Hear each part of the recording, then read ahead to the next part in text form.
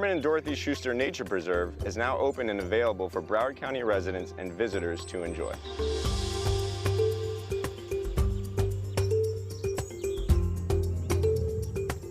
Thanks to a 2000 bond measure, this nature preserve has been transformed into an urban oasis with amenities such as nature trails and picnic tables,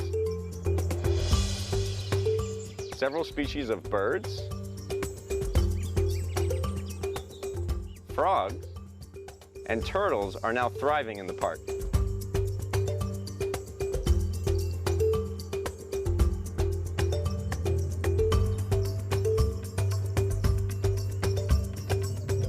Please adhere to the CDC recommendations regarding social distancing and mask use when visiting the park. To find out more about Herman and Dorothy Schuster Nature Preserve, visit broward.org/parks. As our community reopens, residents and visitors are reminded not to let down their guard. The best way to prevent an increase in new COVID-19 cases is for everyone to follow these simple guidelines. If you own or operate a business, follow the requirements outlined in the emergency orders. Maintain social distance, stay at least 6 feet from others, avoid large groups, and stay home if you are sick. Wear a facial covering when out in public. This protects you and others, especially those most vulnerable, like the elderly and those with underlying medical conditions. Report business violations anonymously online at mybroward.broward.org or by calling 311. Finally, maintain good personal hygiene and avoid touching your eyes, nose, and mouth, especially after touching public surfaces. We fought this virus together, and together we can help ensure a safe recovery. For more information, visit broward.org/coronavirus.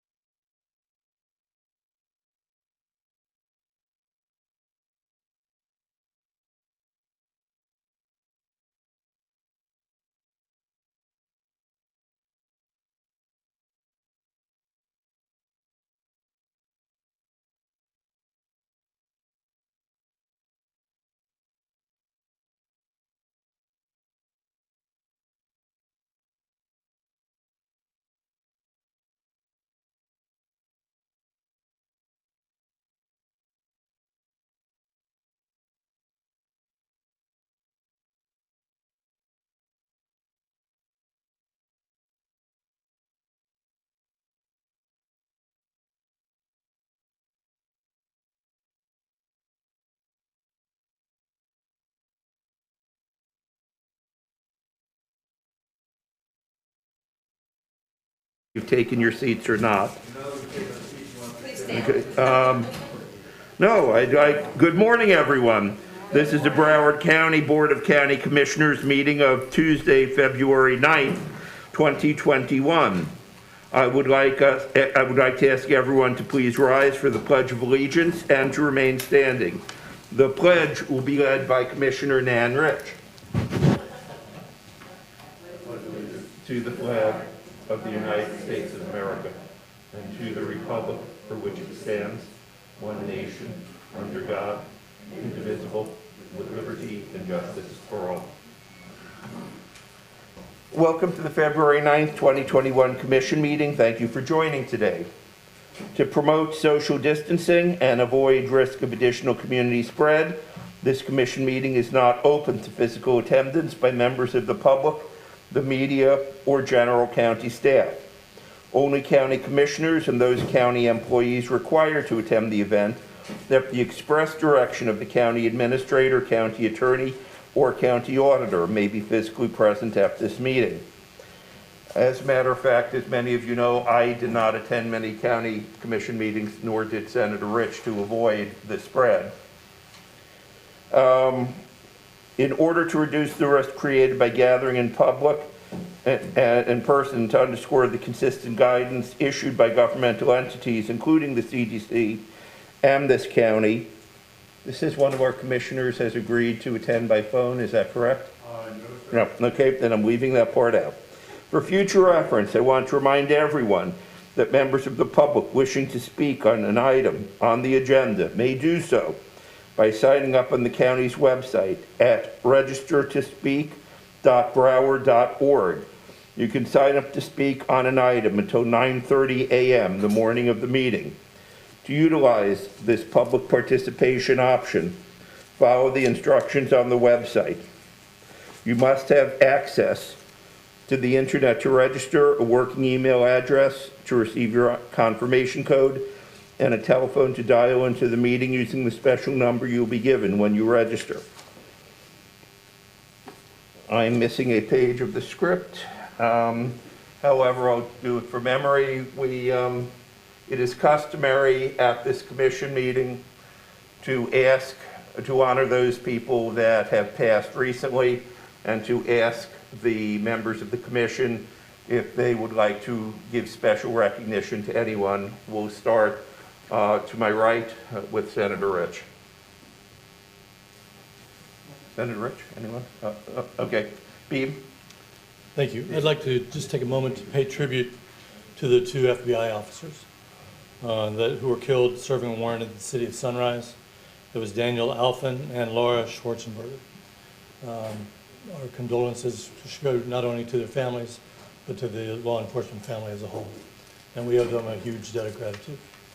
On a little bit lighter note, the passing of Jimmy's Chocolates in Dania, 74-year institution, it's closed for the first time a couple days ago. Sorry to see that one go.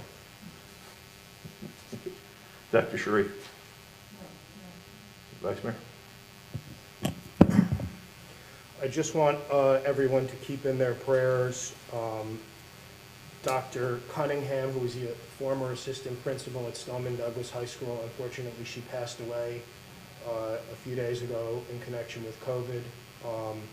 She was a bright light at Stoneman Douglas. And since we are on the 3-year anniversary on Sunday of MSD, I just want to mention the names Alyssa Alhadeff, Scott Beagle, Martin Duque, Nick Dworet, Aaron Feiss, Jamie Gutenberg, Chris Hickson, Luke Hoyer, Kara Lochran, Gina Montalto, Joaquin Oliver, Elena Petty, Meadow Pollock, Helena Ramsey, Alex Schachter, Carmen Shentrep, and Peter Wang. Please keep them and their families in your prayer as we approach this solemn anniversary Sunday of February 14th. Thank you. Thank you. Commissioner Holmes. Anyone? Commissioner Fisher? Yeah, Mayor, just want to recognize Danny O'Brien, was a longtime community activist in Southeast Pompano. We lost him to cancer, unfortunately, so I just want to remember his family. Thank you. Thank you. And I have just been informed this morning that Dr. Stephen Geller, the otolaryngologist in Coral Springs, has passed away. I actually have spoken, I've never met him in person, but Dr. Geller and I have spoken multiple times, mostly because of confusion between us, where we occasionally get either telephone calls or emails that were intended for the other one. And it certainly makes one feel their own mortality when they find out that their namesake is passed. He was a dear friend of my parents. I was at the funeral yesterday. I didn't want to mention it only because I didn't want the confusion to be there, but he's a fraternity brother of yours also at AEPA, Dr. Stephen Geller. My parents got a kick out of it when I was endorsed by the Sun Sentinel, and it said they endorsed Udine and Geller because they were so friendly, so I share my condolences. Well, in addition to that, and again, I'm going from memory here, I think that we, at this point in time, should also keep in mind the many thousands of people that have perished from COVID, and also keep in mind those people that are first responders and the members of our military that have passed. So at this point in time, I'll ask for a moment of silence.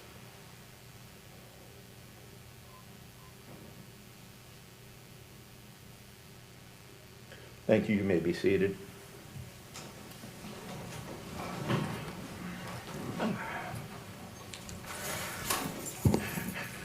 As you may have noticed, today's music was selected by Commissioner Lamar Fisher. 2 songs. Thank you. I'm sorry? Okay, gotcha. Okay. Today's music was selected by Commissioner Lamar Fisher. First song was Don't Worry, Be Happy by Bobby McFerrin, and then Lean on Me by Bill Withers. And today is also our first day back for Senator Rich. Senator Rich, you have certainly been participating locally by phone, but nonetheless, we're happy to see you here in person, particularly on your birthday. Right. Another year. It was a funny way to spend last year, that's for sure. Happy birthday to you. Happy birthday to you. Happy birthday, dear Senator Rich. Happy birthday to you.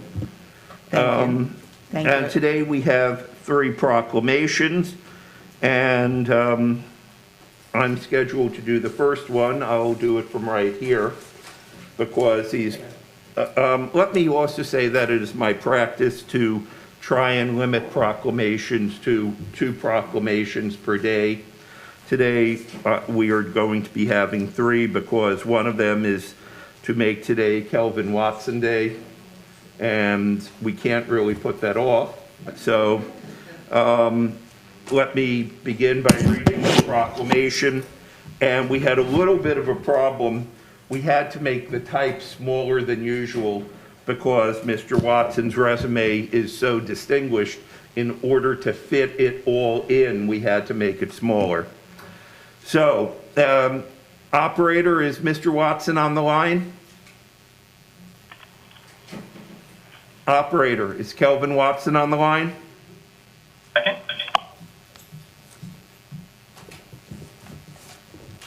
Operator? Okay. Apologize, I do not yet see Mr. Watson on the line. I am unmuted now. Oh, perfect. Kelvin, are you now on the line? Okay, I'm here. gotcha. All right, thank you. All right, whereas Kelvin Watson, Am I here? yes, sir. All right. Whereas Kelvin Watson joined the Broward County Libraries as library director in 2017. And whereas Mr. Watson quickly got to work transforming the libraries division from within through continuous staff development and a focus on inviting the uninvited. And whereas under the innovative, inclusive, and inspiring management of Mr. Watson, Broward County Libraries have achieved new heights, garnering local, national, and international recognition. And whereas the awards and accolades are numerous and prestigious, Broward County Library was named 2020 Library of the Year by the Florida Library Association, and 2020 Library of the Future by the American Library Association. And whereas Kelvin Watson was named the Librarian of the Year in 2019 by the Florida Library Association and one of the 50 most influential Black professionals in 2020 by Legacy South Florida magazine. And whereas, under Mr. Watson's direction, the library has created programs that provide access to cutting-edge technology and tech training to all. And whereas, during his 4 years here, his innovative plans and programs brought everything our libraries have to offer to Broward schools, with the launch of Your ID is Your Key, BCL Direct Digital Library Card, a partnership that engaged more than 80,000 students. And whereas, Kelvin Watson took libraries where they have never been before. That sounds like Star Trek. Such as the Veterans Connect Hotspot program, which won a National Association of Counties Achievement Award, as well as Project Welcome, which won the 2020 American Library Association's Library of the Future, 2020 NACO Award, and Florida Library Association Innovation Award. He also creatively developed the award-winning Library Services on Air, Land, and Sea initiative, launching virtual library partnerships at Broward County Transit, Parks, Airport, and Port Everglades, showcasing library resources for leisure and stressing the portability of digital library services. And whereas he brought Broward County libraries all the way to China, must have been heavy to move it that far, where he was a keynote speaker at the Shanghai International Library Forum. While he was invited to attend in person, the forum went virtual as Kelvin appropriately addressed the topic of the value of the Broward County Library during the COVID-19 pandemic. And whereas Kelvin brought his personal favorite books directly to the people, creating the Director's Book Club discussion, where he engaged our community in person and virtually at Broward's library locations countywide. And whereas Kelvin Watson served his country in the U.S. military as a commissioned Army officer from 1994 to 1996. And whereas he successfully led the library's efforts to transition library services from in-person to an all online format in response to the COVID-19 crisis, providing crucial education and information resources to Broward's community. And whereas he has shown us through example and direction that libraries matter because people matter, and that libraries serve as community builders and life changers, making information and education available to one and everyone. And whereas we wish Mr. Watson good fortune as he embarks on his next career as the executive director of the Las Vegas Clark County Library District. Now therefore be it proclaimed by the Broward County Board of County Commissioners that Tuesday, February 9th, 2021, is officially Kelvin Watson Day in Broward County, Florida. We thank him for his outstanding service to our 1.9 million residents and to people we reach everywhere in the Broward County Library virtual universe.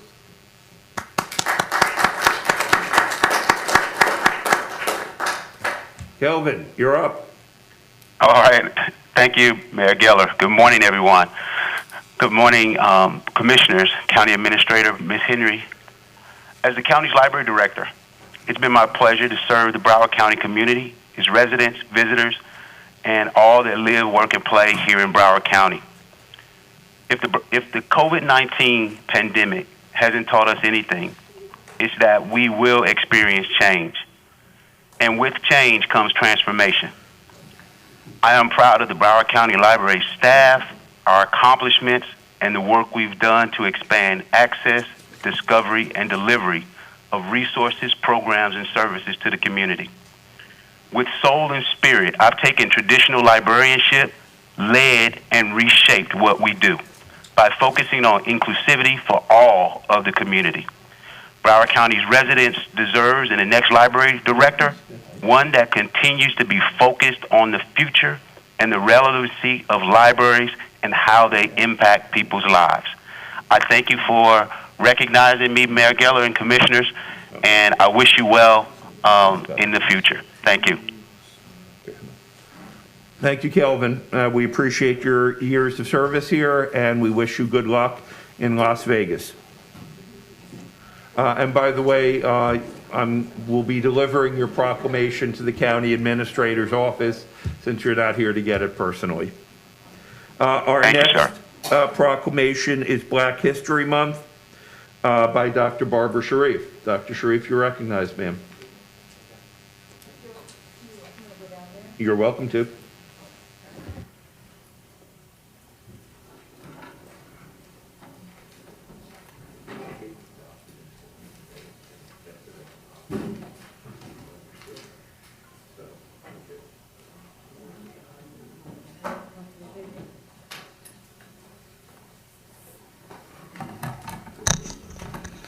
Mayor, is my person on the line, Mr. Cleveland Smith? Operator, can you please unmute Cleveland Smith? Cleveland Smith is unmuted. From Cleveland Smith from Cleveland's Old Fashioned Ice Cream Shop.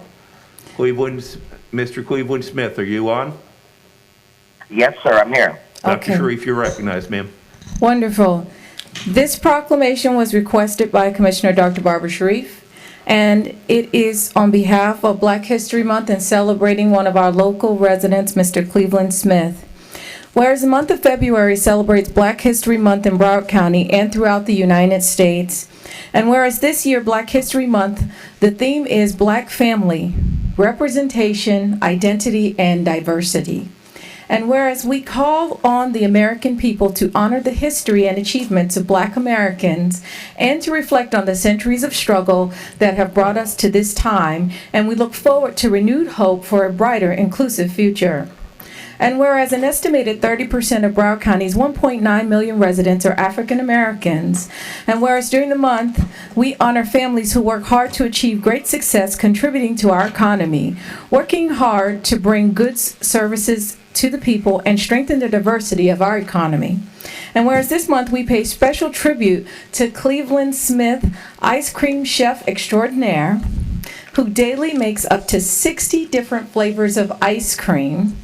And whereas Mr. Cleveland Smith opened Cleveland's Old Fashioned Ice Cream Shop in Miramar last year after working for decades at the popular Jackson's Ice Cream Parlor under the tutelage of his owner and his mentor, Monroe Udell. And whereas Cleveland Smith crafts all of your favorite ice cream flavors and occasionally ventures out to create something truly unique, catering to all cultures such as bun and cheese, a Caribbean favorite, and Irish moss, which is made from seaweed. He also caters to vegan, gluten-free, and sugar-free clientele as well. And I heard that his grape nut ice cream is really good as well. And whereas Cleveland Smith says his motivation comes from his family and being able to wake up every morning doing something he truly loves, and says in order to succeed, follow your heart and do not ever take no for an answer. And whereas Cleveland Smith aspires to one day open more ice cream parlors in Broward and Miami-Dade to bring even more people together and to enjoy his special blends of ice cream.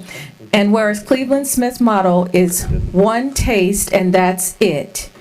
Now, therefore, be it proclaimed by the Board of County Commissioners of Broward County, Florida, that the board hereby designates February 2021 as Black History Month and February the 9th as Cleveland Smith Day in Broward County, Florida, recognizing Cleveland's Old Fashioned Ice Cream Shop in Miramar as a true model and inspiration for Black representation, identity, and diversity in Broward County. Mr. Smith. Mr. Smith, you recognize, sir. Yes, good morning. Thanks, Dr. Sharif and everybody who's listening. I have tears in my eyes right about this moment. Appreciate you guys, and I'm always going to be here. Make sure all the families in Broward County throughout the city be happy when they come to my place for the best treat. And they could make suggestions of any flavor they want. So thanks, guys. Appreciate you, and God bless you, and see you guys soon. Thank you. Thank you. Dr. Sharif, you might want to stay there for a moment. Mr. Smith, you might want to stay on the line. Commissioner Ryan, you're recognized, sir. I just wanted to say hello to Cleveland, who's been working under, as you mentioned, the tutelage of Monroe Udell, who's passed away about 5 years ago. And with that, Cleveland goes back decades over there at the only location for Jackson's Ice Cream Parlor in Dania Beach. And it was just, he learned from the master how to make ice cream, and he got all the secrets and took them with him. So I am so happy for his success out in Miramar, and so many people out there can enjoy that ice cream we've been eating for decades on the east side of town. Okay. I appreciate it. Thank you. Come on anytime. All right. Okay. Now you have a reason to cross over and come a little bit more west, Commissioner Ryan. I will. And that's going across the Continental Divide. Oh, you come on over to the best side of Broward County. Commissioner Sharif, he crossed over a long time ago. Thank you. Commissioner Holness, you have a resolution today, and you're recognized, sir. Thank you very much. I hope his rum and raisin is as good as the others, because that's my favorite.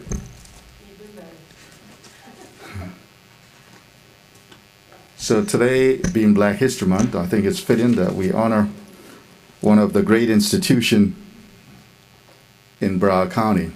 Okay, Commissioner Holness, I'm just going to briefly interrupt you. Operator, is Mr. Henry on the line? Both Henrys, Levi and Bobby. Operator, can you make sure that they are unmuted, please? I believe Mr. Henry is on the line. Okay, I'm sorry for interrupting, Commissioner Holness. Thank you.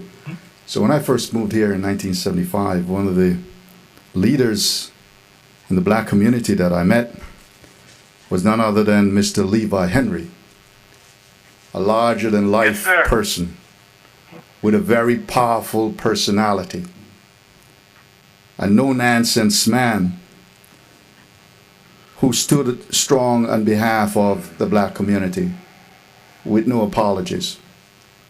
That's one of the people that I learned from. I further joined the Northwest Business Association. He was a part of that group. That group's intent was to help revitalize businesses in the northwest section of Fort Lauderdale. And I was one of the young members, sometimes referred to as a runt. This morning we honor Black History Month by honoring the Westside Gazette, who is a paper that has chronicled the history of the black community for 50 years now. So there's a proclamation that I requested at Dale Holness in Broward County, and it reads, whereas Broward County's oldest, largest African-American owned and operated newspaper, first issue rolled off the press in 1971. Westside Gazette was established under the leadership of Levi Henry, Jr.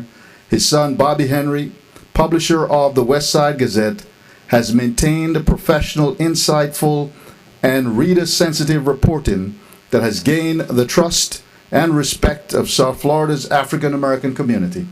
And whereas African Americans account for 30.2% of Broward County's 1,960,000 residents.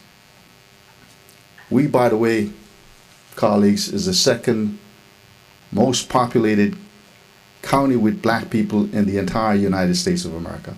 Only Prince George's County in Maryland have more blacks than us.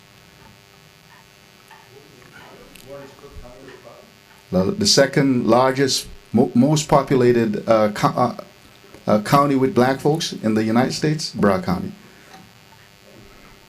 Even more so than Miami. Whereas,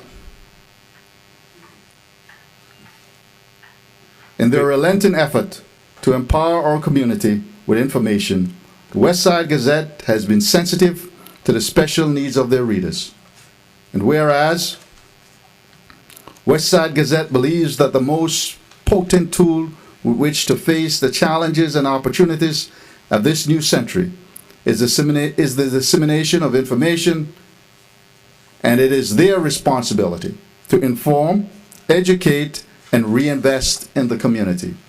And whereas Westside Gazette readers are cultivated African American consumers who have tremendous buying power to the tune of over $70 billion per year. Their publication is distributed through churches, libraries, colleges, mail subscriptions, and retail outlets throughout South Florida, the second largest metropolitan area in the United States. Second largest black metropolitan area in the United States. And whereas Westside Gazette Mother is a positive paper for positive people. This precept is their commitment to deliver inspirational, informative, and empowering stories to South Florida's African American community. And whereas Westside Gazette is a sponsor of several events that benefit and uplift the entire community. Events include Sickle Cell Foundation of Broward, annual David D. Deal Play Day, Sistrunk Historical Festival, and Dr. Martin Luther King Celebration. And whereas Westside Gazette enhances the quality of life not only for the African American community, but for all communities because of their trusted ability to provide relevant information. Now, therefore, be it proclaimed by the Board of County Commissioners of Broward County, Florida, that the board hereby designates Tuesday, February 9, 2021, as Westside Gazette Day in Broward County, Florida, in celebration of their 50th year anniversary. Is, yes, fittingly. Mr. Henry's, Levi, Bobby, are you on? Yes, either Mr. Henry, in whichever order you'd like, you're both recognized to speak, sirs. I yield to my father. And you go first. Good morning, Broward County. Good morning, Mr. Henry. It's a pleasure that I can be here at this moment to speak to you on behalf of the Westside Gazette, even though I'm retired now, and thank you for supporting my children in their endeavor. Thank you, and may God bless you. All right. Thank you, Daddy. If I can just say this. First of all, I want to thank the mayor, Mr. Holness, and the entire administration of Broward County, especially that lovely county administrator. and then I want to say, you guys do a tremendous job in running this county.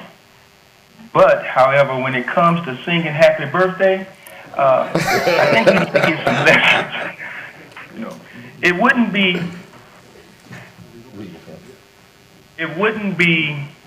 right if we didn't say that because of this journey we've been on, we couldn't have done it alone. So we want to say thank you for the assistance, the correction, the cheering, and everything involved that it takes for a business to be in existence for 50 years. That is a tremendous account of what the struggle in America is. And I just want to say, again, thank you very much. God bless everybody, and I'm praying that we're around for another 50 years. Right. Thank you. Thank you, Mr. Henry. Ms. Henry, thank you for your family service. Was there anything that you wanted to say?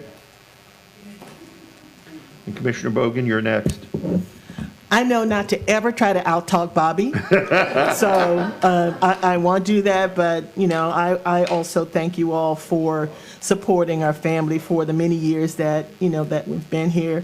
And Mr. Levi Henry is actually looking forward to coming back down here relatively soon so that he can really say thank you properly to the community, because it's been a real journey, and he's very appreciative of everything we've all done. Well, thank you to the Mayor, entire I was wondering Henry if that family. gentleman Commissioner on the, that was talking, was he getting fresh with our administrator? I just didn't know. I think he has the right to. Commissioner Bogan, you're recognized. No, sir. I have nothing, that's it. I have nothing. Oh, you would ask to be recognized, I think? No, okay. Was there someone over there that asked to be recognized? I thought, okay, all right. In that case, thank you, Mr. Henry. By the way, I erred when I announced Senator Rich's birthday, which is today. I should also have announced Commissioner Ryan's birthday, who I believe was 2 days ago. Commissioner Ryan probably ate 3 or 4 birthday cakes single-handedly. How does it feel to be 25? But congratulations on your birthday as well, Commissioner Ryan. All right, Matt, if you will read the Monday night memo, or is it Tuesday, I'm sorry, the Tuesday morning memo. Good morning. The Tuesday agenda memorandum, the following requests are submitted for your consideration. Consent items are 1 through 22, public hearing items are 23 through 33, regular items are 34 through 41. I request the following withdrawals of scrivener error corrections and inclusion of additional information. Withdrawal deferral substitutions, item number 25. This item is being deferred at the request of staff due to an advertising error. The item is expected to be resubmitted on February 23rd, 2021 to set a new public hearing date. Scrivener errors, item number 13, summary explanation, page 2, first paragraph, line 4, currently reads sea level rise adaptation planning, should read sea level rise adaptation planning. Summary explanation, page 2, second paragraph, line 2, currently reads Board of County Commissioners, should read Board of County Commissioners. Item number 19, summary explanation, page 1, line 3, currently reads 1 voting member category, provides for a career source per representative to serve on the HCOC. Should read 1 voting member category, provides for a Greater Fort Lauderdale Alliance representative to serve on the HCOC. Summary explanation, page 2, line 7, currently reads the county attorney has determined that Mr. Moffitt qualifies for appointment. Should read the county attorney has determined that Ms. Wines qualifies for appointment. Mayor requests without objection items number 35, 38, 39, and 40 be moved to consent. Additional information, item number 12. The board's consideration of item 12 is based upon additional material submitted as item 12 per 2. Item number 22 moved from consent to regular. Item number 22, the board's consideration of this item is based on the substitute resolution distributed as additional material by Commissioner Holness. Item number 40, the board's consideration of this item is based on the revised language for the ordinance distributed as additional material. Additional material regular meeting, items number 1A through 1C, board appointments. Item number 12, exhibit 2, amended ordinance submitted by county administration. Item number 12, per 2, exhibit 2, amended ordinance submitted by county administration. Item number 22, exhibit 1, substitute resolution submitted by Commissioner Dale V.C. Holness. Item number 22, per 2, exhibit 1, substitute resolution submitted by Commissioner Nan Rich. Item number 34, parking garage submitted by Commissioner Mark Bogan. Item number 40, amendment to the board submitted by Environmental Protection and Growth Management Department. Additional material, public hearing, item number 32, exhibit 10, submitted by Commissioner Dale V.C. Holness. And item number 32, per 2, exhibit 11, submitted by Office of the County Attorney. Thank you. Thank you, sir. We will have you trained well shortly so that you can go to work for Commissioner Fisher's auction house.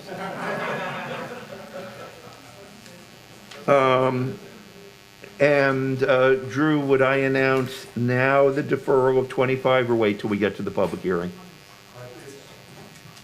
Mayor, it's been announced, and I think that Matt is just going to skip it when we get to the public hearing because it's going to be re-advertised. Okay, because I don't think I saw that in the, yes, there it is. All right. So, Mr. Mayor? member, yes, ma'am. Item 22 was supposed to have been moved to regular. It was on the Monday night memo, somehow did not make it onto the Tuesday morning memo. So that is a request that we would be making. It's on there. Oh, is it? Yes. Sorry, okay, let me see it, thank you. Okie dokie. At this point in time, I would like to ask if there are any pulls from the consent agenda. This time we'll start from the left. Commissioner Fisher. No pulls, Mayor, thank you. Thank you. Commissioner Bogan. None, thank you. Thank you. And Commissioner Bogan, before I finish this, I want to thank you for the great work that you've been doing up for your constituents up in North County, first at Winmore and now at Comair. Well, now that that Commissioner Ryan is 65, he's entitled to get a COVID shot. Okay. Well, he's up next. So Commissioner Ryan, do you have any polls?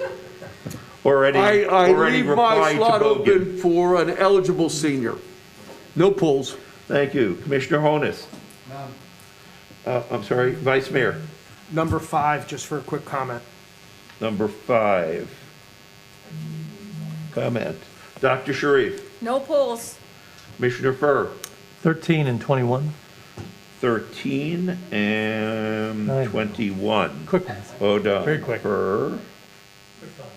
These are both for comment, sir? Okay. Hold on. You, Dean, and Senator Rich. No polls. Thank you. Okay, we have one poll from the public. Rita Lipoff has pulled item number 30. I'm sorry, also items number 11 and 19 by Ms. Lipoff. Hold on.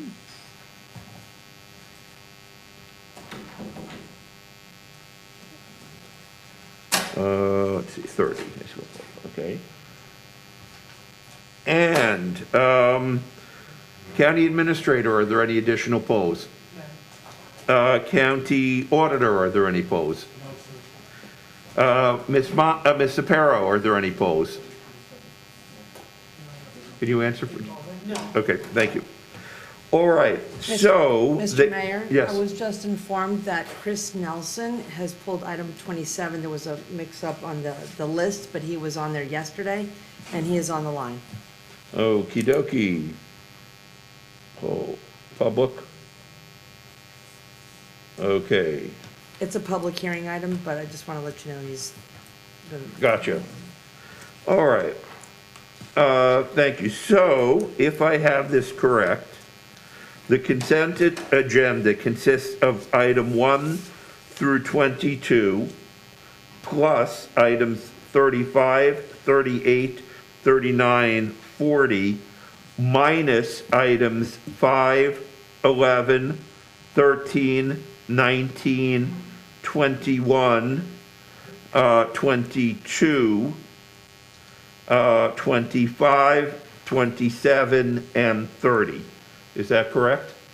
Yes, sir. All right. Is there a motion? Okay, moved by Commissioner Furr, seconded by Vice Mayor Udine. All those in favor, please signify by saying aye. Aye. Opposed? Show it adopted unanimously. All right, so let's go to the items that have been pulled by the commissioners. First, item number 5, Commissioner Udine. Thank you, Mayor. I just wanted to point out, I just didn't want to have this filed without mentioning it. The Greater Fort Lauderdale Alliance in their report to the county has indicated, and this is as of October, I've been trying to push them for more details, but they have at minimum over 26 new companies thinking about making the move to Broward County in some stage of the process. And that was, this letter is from October. I know it's more. I've been pushing them to get the names. They won't give them to me. I can't even get them. But I just want to compliment them on the fantastic job that they're doing in a fast-moving time with what's going on in the South Florida relo and tech scene. And with that, I make a motion to approve and accept the report. Yes, I'm sorry, moved by Commissioner Udine, seconded by Dr. Sharif. Commissioner Ryan, you're recognized, sir. Commissioner Udine, I believe you serve on that board. No, I do. Oh, you do.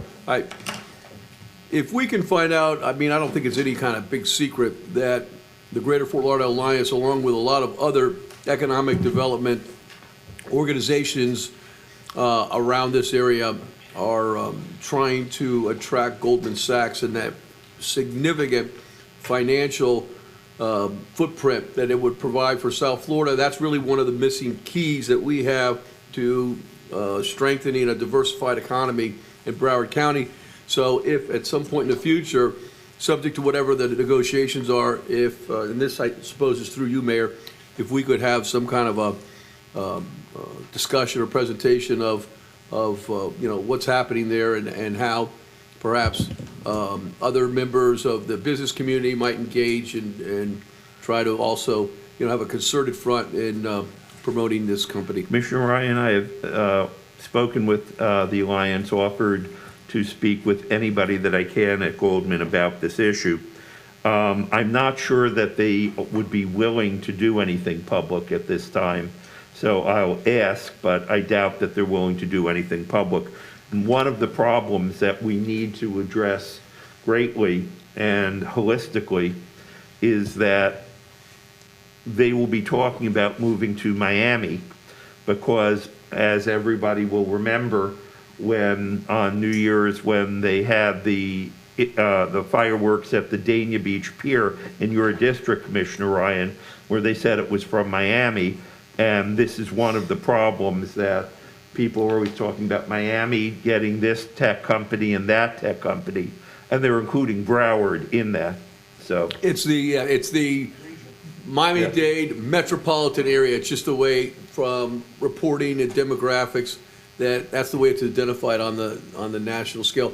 And I realize that there are some delicate negotiations on this, but the fact that Broward is interested in this company is not something that's any kind of trade secret. In fact, it was in the newspaper about a month ago. Maybe, but I'll ask if they can possibly do an individual briefing with the commissioners. Thank you. Okay, thank you. Next item from commissioners, item 13 by Commissioner Furr. I'm sorry, did we vote yet? No. Okay, I'm sorry. All right, so all those in favor of item 5, please signify by saying aye. Aye. Opposed? Show it adopted unanimously, 9-0. Commissioner Furr, you're recognized on item 13, sir. Thank you. Real quick, I just didn't want it to go unacknowledged, the years' worth of scientific work that went into this item. And this is trying to determine the finished floor elevation of where this county should be building given climate change and sea level rise. And our department has not only figured out, projected what the sea level rise will be for the next 100 years, but also groundwater, future conditions. The map has taken into consideration all of that, plus what FEMA's done. This is a monumental amount of work. And it's something that very few counties in the United States have done. So just huge kudos to our department. This paves the way for being able to build and develop in this county for the foreseeable future.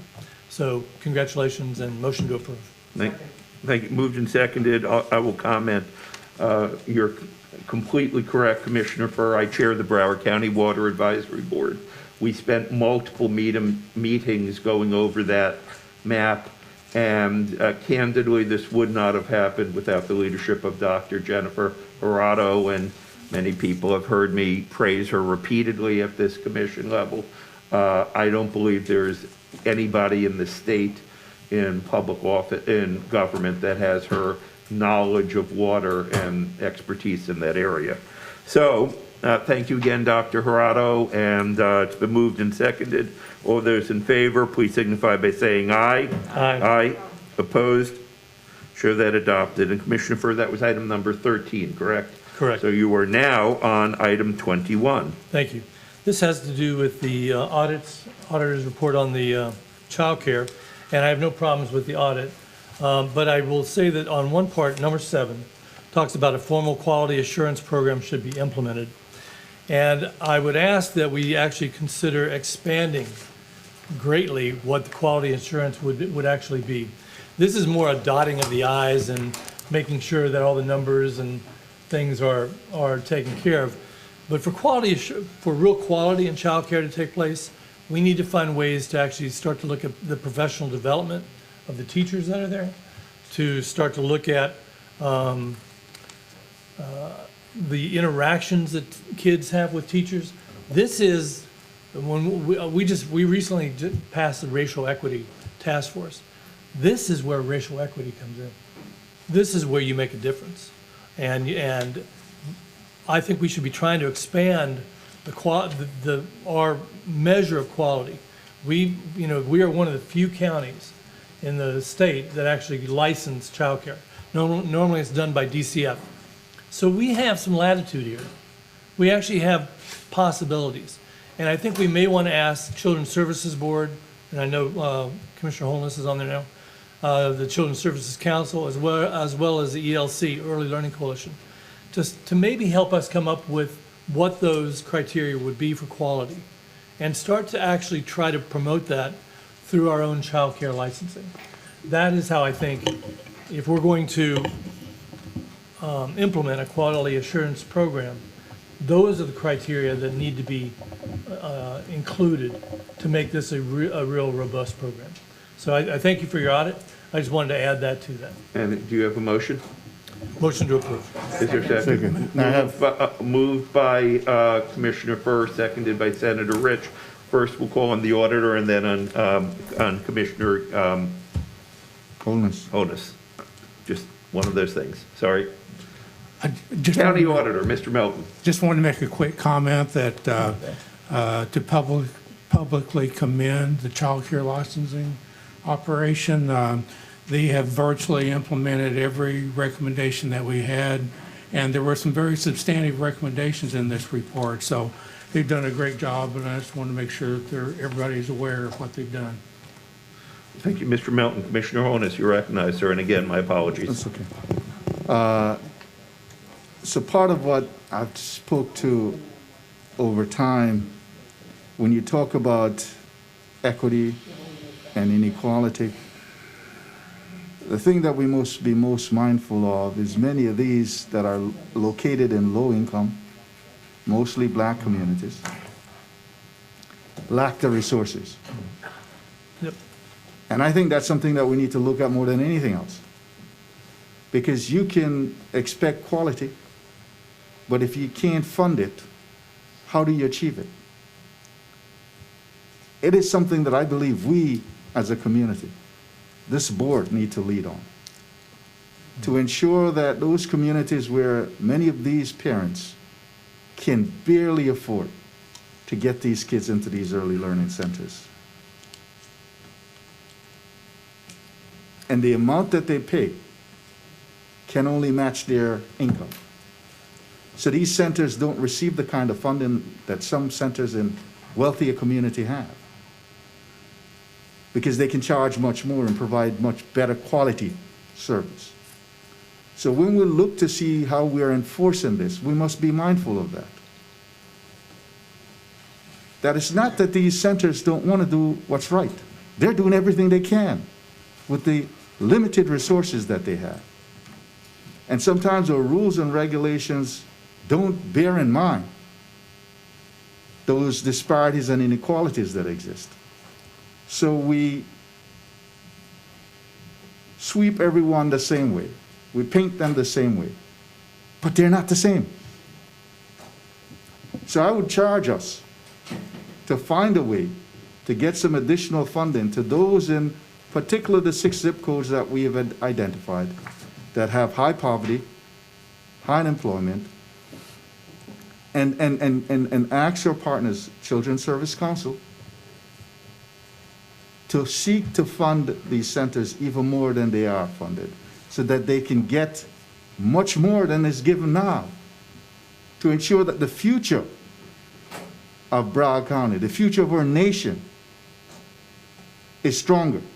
Because if we don't prepare these young people, these children, at an early age, we can't compete with the rest of the world, because they are putting money on the front end, rather than us who oftentimes put it on the back end and putting people in prison.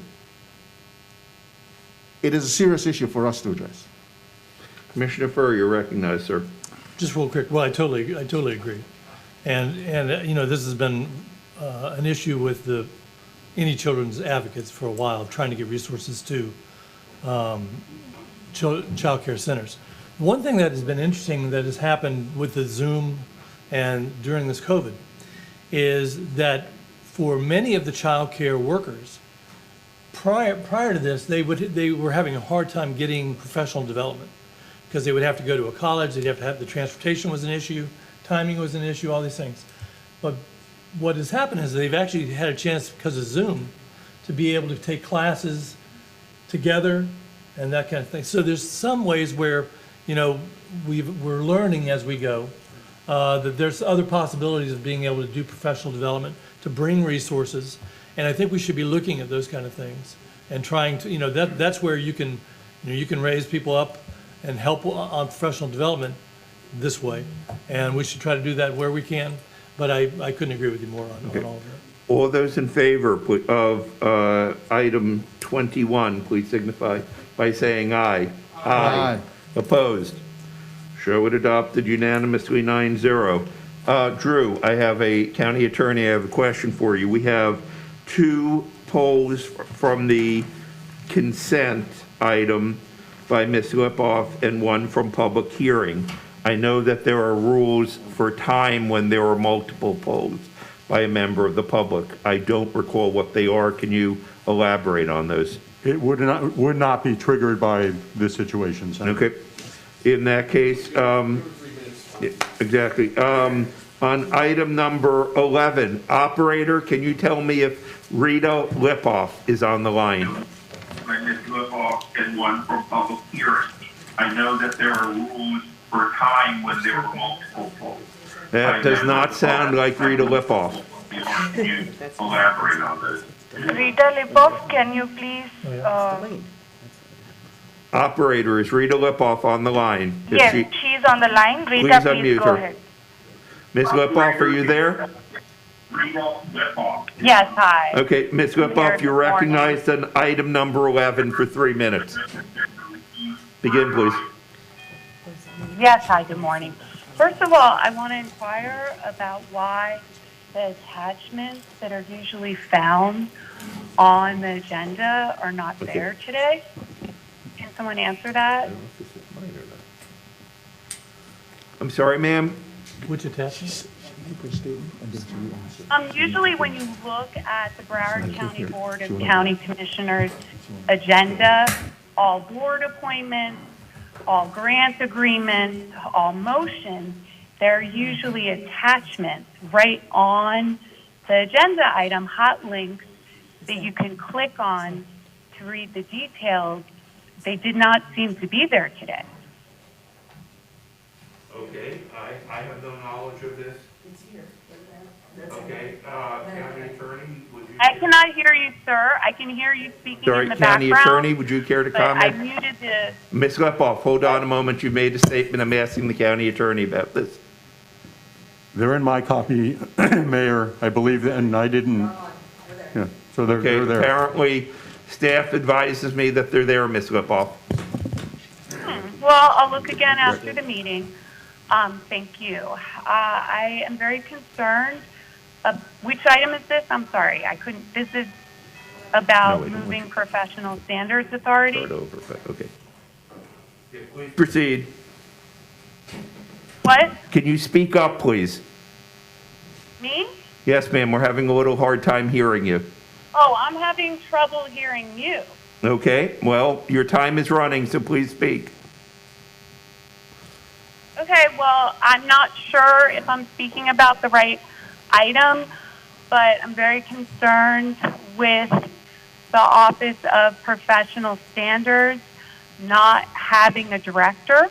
I made a complaint to my commissioner, Beam Fur, that the Professional Standards Office was supposed to have a director, and they did, Eddie Labrador, but they pulled him off, and they put in a series of people who were not qualified. Muriel Smith was not qualified and then retired. A woman named Patricia Cope was fired, and the woman now does not have the qualifications to be a director.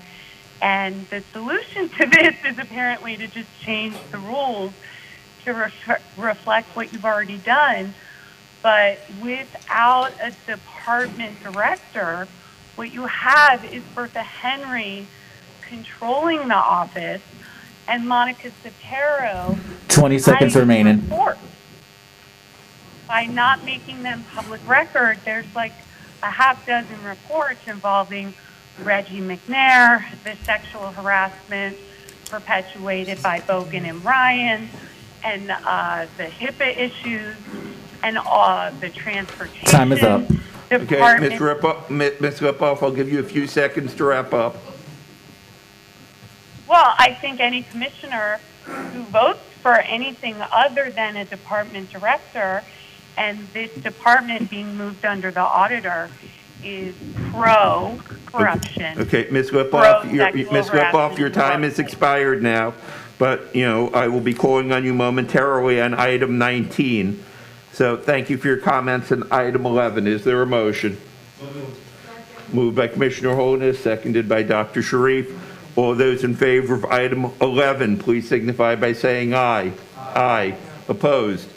Show it adopted unanimously by a vote of 9-0. Ms. Whippoff, you're recognized. Are you still on the line, Ms. Whippoff? Ms. Whippoff? Please go ahead, your line is You're unmuted. recognized on item 19, ma'am.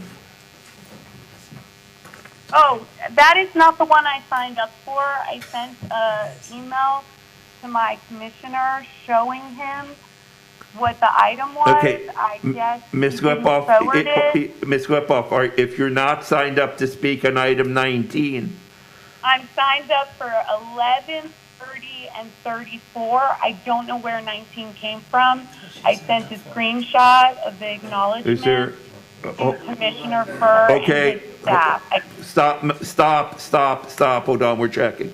Ms. Sapero, is there anything on item 34, a poll by Ms. Whippoff? Not in our system, sir, but there's no polls on 34 of the people registered through AT&T. It was 11, 19, and 30. Okay. Hold on, yes, Mr. Myers, County Attorney. Yeah, Mayor, 34 is the parking garage, so it's not on consent anyway, so. Okay, Ms. Whippoff, item 34 is not on consent. So if you wish to speak on item 34, we will call Mayor, on you when we get Mayor, to item 34. I move item 19. Okay, Commissioner Ryan moves item 19, seconded by Vice Mayor. All those in favor of item 19, please signify by saying aye. Aye. Opposed? Show item 19 adopted unanimously. We are now on item number 22. Well, give me one moment, please. Item number 22 by Commissioner Holness. Reading clerk, if you can read the title to item 22. Sure. Item 22 is a motion to adopt resolution, the title of which is as follows, an item submitted by Commissioner Holness.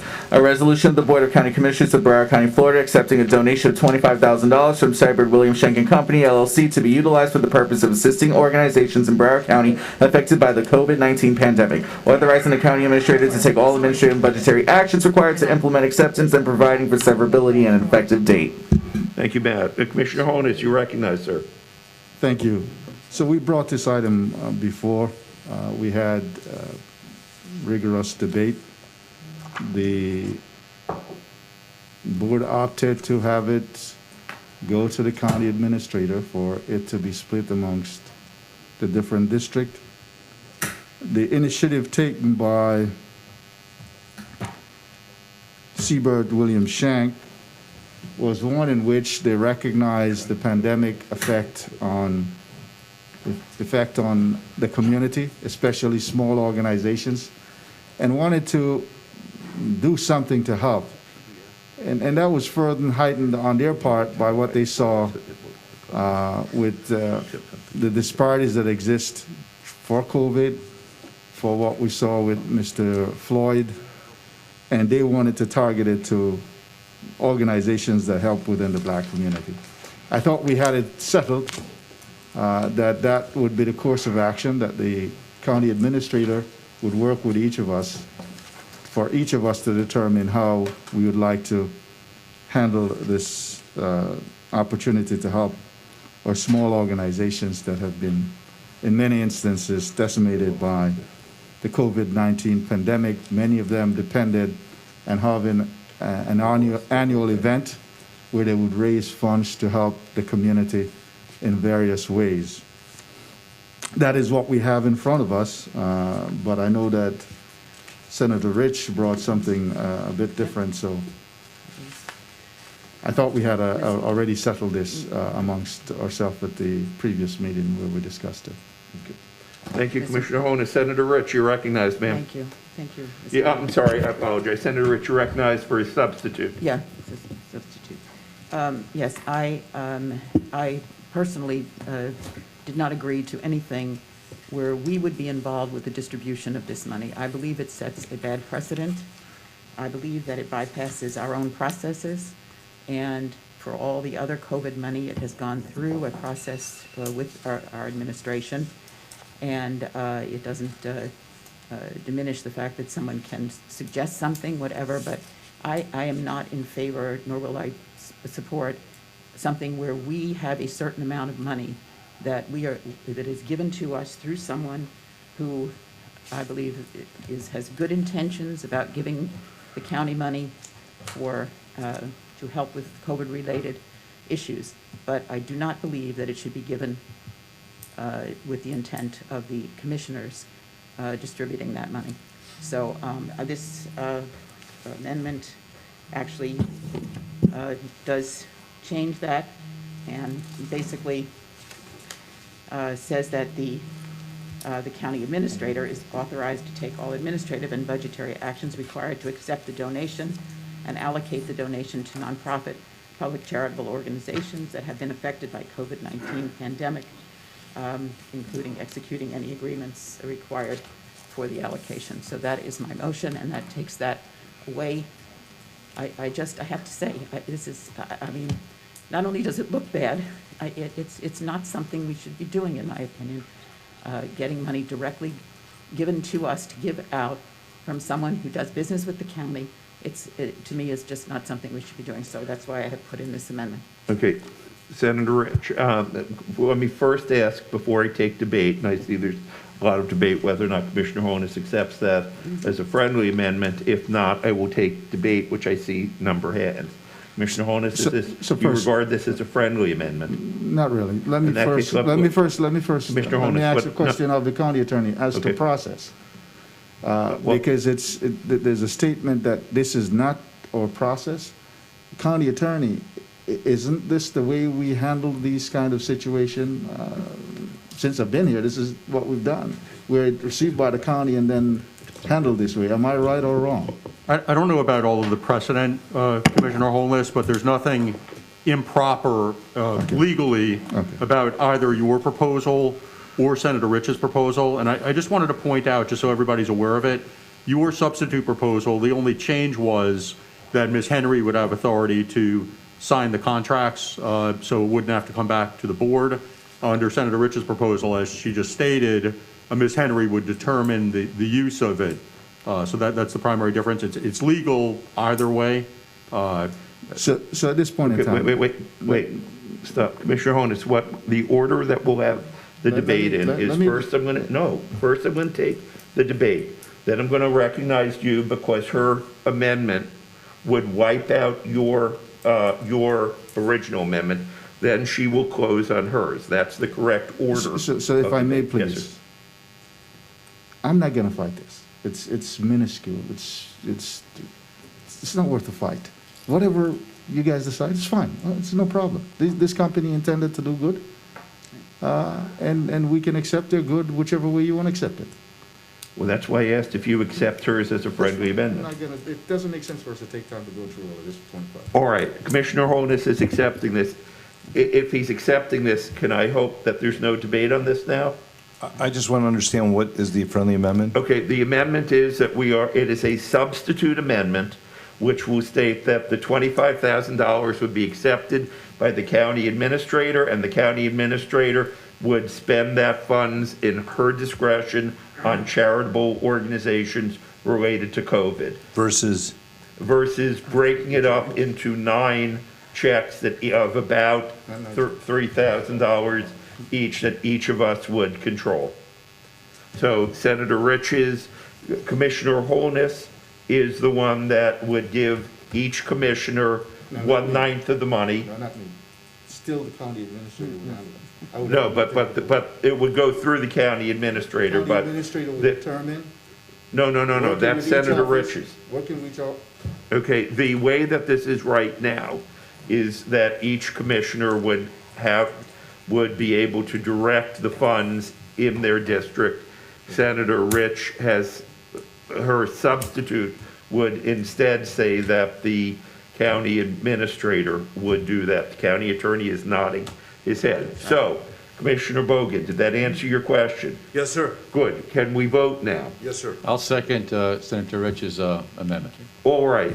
Is there any additional debate? If not, you may, if you insist.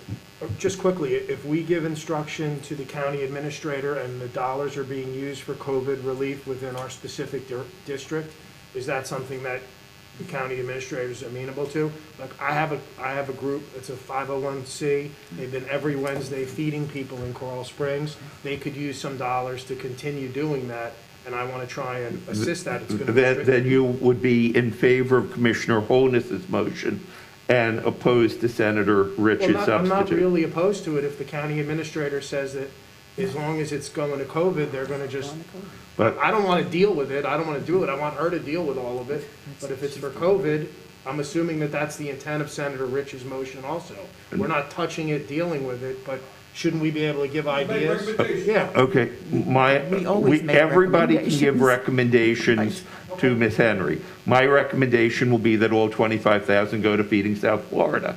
Senator Rich, I'm sure, has other priorities. All of us have priorities. Under the... Mayor? Hold on. Can I help you? I'll get you 1 second. I got a solution. Yes?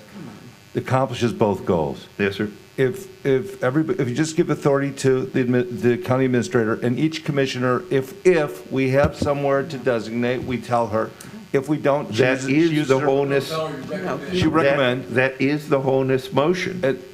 Okay, so. So if you're in favor of. Stop. Let me just explain this, and County Attorney, please verify if I understand this correctly. There's a binary choice here. If we want the money either way is going to go through the county administration. If we want each county commissioner to have the ability to designate where that money should be expended, then you would be in support of the wholeness motion. If instead you want to take away that ability and say it's unseemly, we want the county administrator in her complete and total discretion to decide that, then you are in favor of the Rich substitute. County Attorney, have I described that accurately? Yes, sir. Okay, so does everybody understand what the two choices are? Commissioner Ryan, you're recognized, sir. I don't want to really split hairs too much, but I think to direct to the comments of Commissioner Udine, sometimes the members themselves have a better feel for what's happening within a district than the county administrator, because she's dealing with the entire county. So I think that clearly the intent is that the county administrator would listen to recommendations by the members, but we do not have the authority to direct her. And I think that's where we're all at. So you said within her entire discretion, yes, it is. But, being willing to listen to what individual commissioners feel is an appropriate nonprofit use during the pandemic. Mr. Mayor? Senator Rich, you're recognized, ma'am. Yes. This is no different than what we do now. All of us have spoken to our administration on issues that are important to us that we see out there. Okay, but we are not saying, I want this money spent here, here, or here. We're talking, we can bring recommendations. I go all the time to talk about vaccinations or testing or whatever it may be. That is something that we do as a normal process. I don't want us to change that process. I don't want us to be involved in the distribution in any way of the money. So recommendations are fine, but that's Great. it. Okay. So that's why my amendment takes care of it. All those in favor of the Rich substitute, please signify by saying aye. Aye. Opposed? All right, show it adopted by a vote of 8-1. With Bogan dissenting, again. Supporting the Holness's amendment. Right, okay. Yeah, it's. We are now on the public hearing. Our public hearing today are items 23 through 33, minus item 25, which has been deferred. Staff will open each public hearing item and recognize any members of the public who wish to comment. Upon completion of any public comment on the item, my glasses keep fogging up, the item will come back to the dais. The public hearing on item number 23 is now open. Item 23. Hold on. Just on item number 23 and item number 24. Yes. I have a conflict. Craven Thompson is the agent. The principal of Craven Thompson and I both serve on the same board of directors and own shares in Legacy. I'm going to leave the dais for 23 and 24 and file. Thank you, Commissioner Udine. Okay, so And there are, let's see, we are now on item number 23. Matt, can you read out the title? the public hearing on item 23 is now open. Item 23 is a motion to adopt resolution to vacate a portion of a 35-foot right-of-way and a variable width utility easement lying within parcel A of Solomon Office Park Plat, as recorded in Plat Book 121, page 13 of the public records of Broward County. There are no speakers signed up on this item. Thank you. Is there any public debate? If there's no public speaker, show the public hearing closed. Is there any debate? If not, Dr. Sharif moves item number 23, seconded by Vice Mayor Honus. Yes. All those in favor? I'm sorry, Commissioner Honus. All those in favor? All those in favor of, hey, he's out of sight, he's out of mind. Okay. All those in favor of item 23, please signify by saying aye. Aye. Opposed? Show that adopted by a vote of 8-0. The public hearing on item number 24 is now open. Item 24 is... Wait. Show that adopted by a vote of 8-0 with Commissioner Udine abstaining. Now, please proceed to item 24, ma'am. The public hearing on item number 24 is now open. Item 24 is a motion to adopt resolution to vacate a portion of a 50-foot utility easement lying within Tract A of Plantation Plaza Plat, as recorded in Plat Book 68, page 25, and a variable width utility easement lying within Tract A of Swindle Subdivision Number 2 Plat, as recorded in Plat Book 68, page 32 of the public records of Broward County. There are no speakers signed up to speak on this item. Move it. Thank you. The public hearing on item number 24 is now closed. Move it by Commissioner Bogan, seconded by Dr. Sharif. All those in favor, please signify by saying aye. Aye. Opposed?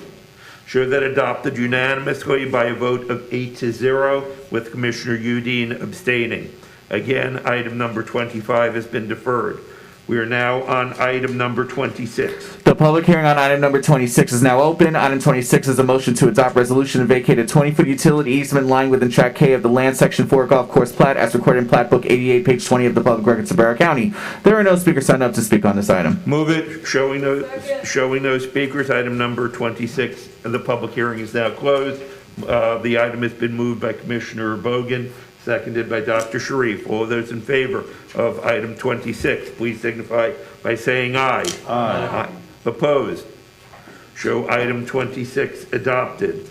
Matt, please read item number 27. The public hearing on item number 27 is now open. Item 27 is a motion to adopt resolution to vacate a portion of the 100-foot by 82-foot traffic control device easement and portions of the variable width landscape buffer easement, both lying within lots 1 and 2 of Miramar Central Plaza, as recorded in Plat Book 182, page 80 of the public records of Broward County. There's one speaker signed up to speak on this item.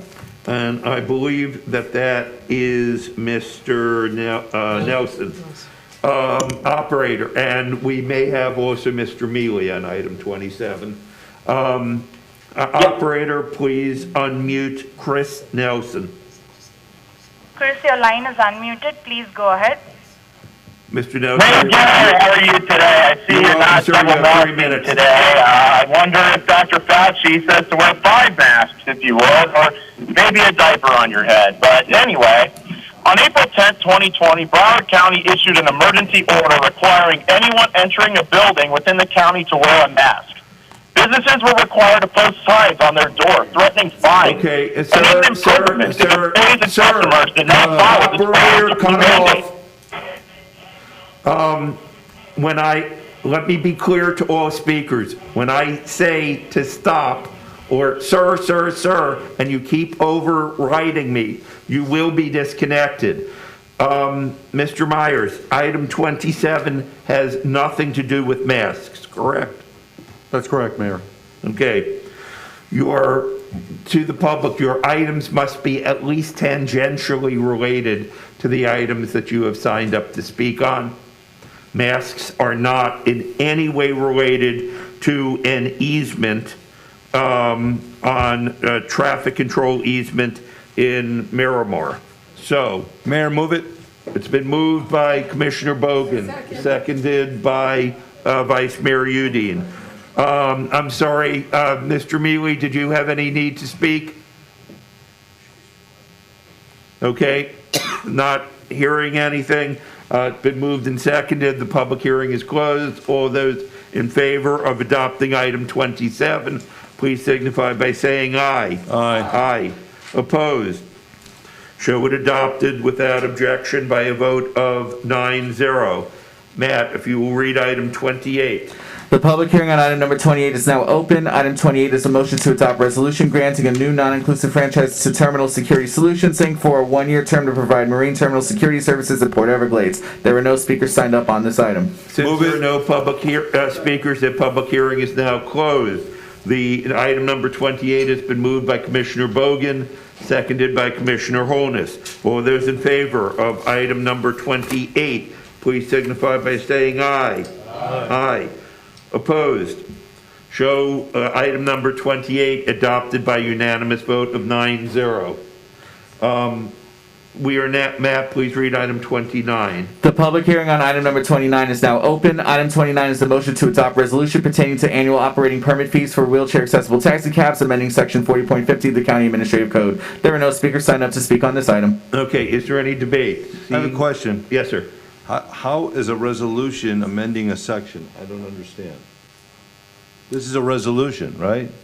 That Commissioner Holness is doing, but then in the resolution, we're talking about amending a section. We're not amending the code of ordinances, we're amending the administrative code.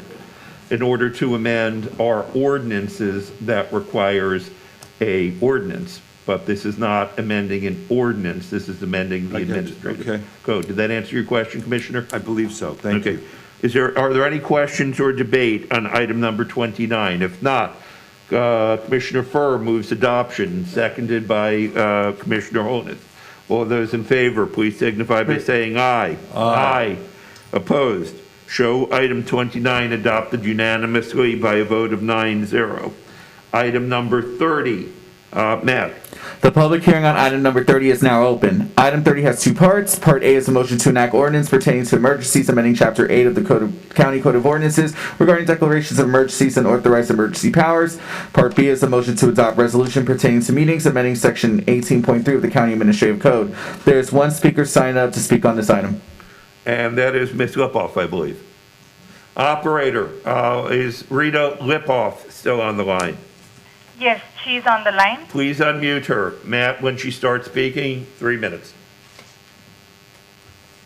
Good morning. Good morning. I'm happy to say I did figure out the change in the format, and the attachment is now listed a different way. I did not have a chance to read it, so I cannot really speak as to it, but I would like to say that I did try and call my county commissioner to ask about this. I call and call and call, and I guess Dean Furr does not feel that he has to answer me or have Okay, his wait. ask. Okay, let's I wasn't able try and be civil. Go ahead.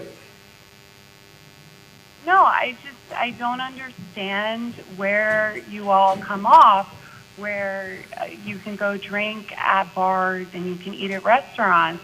Okay, but I can't come all right. sit at a meeting Okay, or Ms. Lipoff, you are not speaking at all to item number 30. Do you have any comments on item number 30? Speaking on number 30, I had a question about it. I can't get anyone on the phone. I've called my commissioner. I've left him messages. Okay, Ms. Lipoff, the county attorney is advising us that your remarks are not related to item number 30. You may have questions about your commissioner. You can contact him. Well, it was about item 30. Operator, please disconnect Ms. Lipoff. I'm sorry, Ms. Lipoff, but, your items must be related to the item. Your comments must be related to the items we're discussing. I'm sorry, it was moved by Commissioner Fisher, seconded by Dr. Sharif. All those in favor of item number 30, can we vote on both items, A and B, at the same time? Yes. Okay, all those in favor of item 30, Part A and Part B, please signify by saying aye. Aye. Opposed? All right, show it adopted, I'm sorry? Yes, and Mayor, can I also? Can we adopt it Yeah, first? no, go ahead.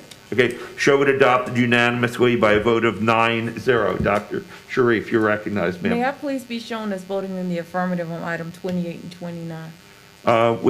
Is there any objection? If not, without objection, show Dr. Sharif having voted in the affirmative on item number 28 and item number 29.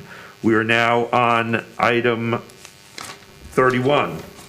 The public hearing on item number 31 is now open. Item 31 is a motion to enact ordinance pertaining to quasi-judicial proceedings, amending section 1-326 and 1-328 of the County Code of Ordinances, providing for definitions and standings to remove items from the quasi-judicial consent agenda. There are no speakers signed up to speak on this item. If there are no public speakers, the public hearing is now closed, and Senator Rich moves approval, seconded by Commissioner Ryan.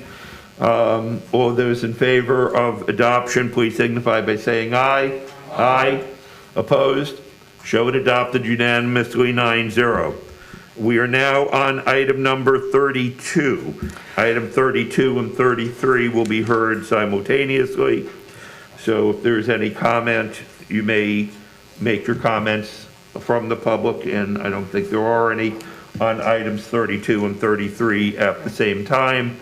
At this point in time, I would like to, I'm sorry, Matt, will you read the title to item 32, and then I will recognize Commissioner Bogan.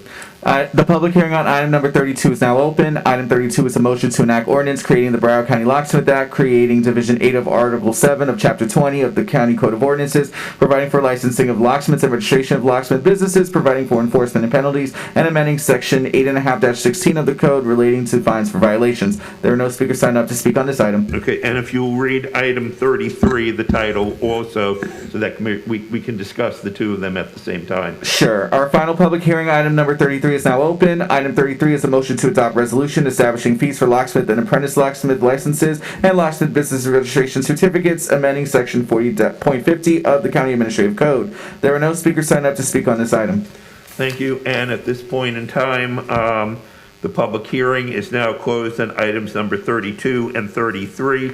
Commissioner Bogan, would you care to explain items 32, and if it's your pleasure to do 33 now, or if not, we'll do it later. Sure, thank you, Mayor.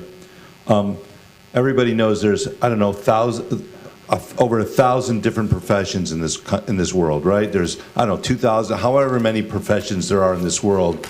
But tell me which one allows somebody access to your home, a key to your home or a key to your business. There's only one profession that I'm aware of that gives a person who does not want to be honest the opportunity to get access to your home or your property or your office, and that's being a locksmith.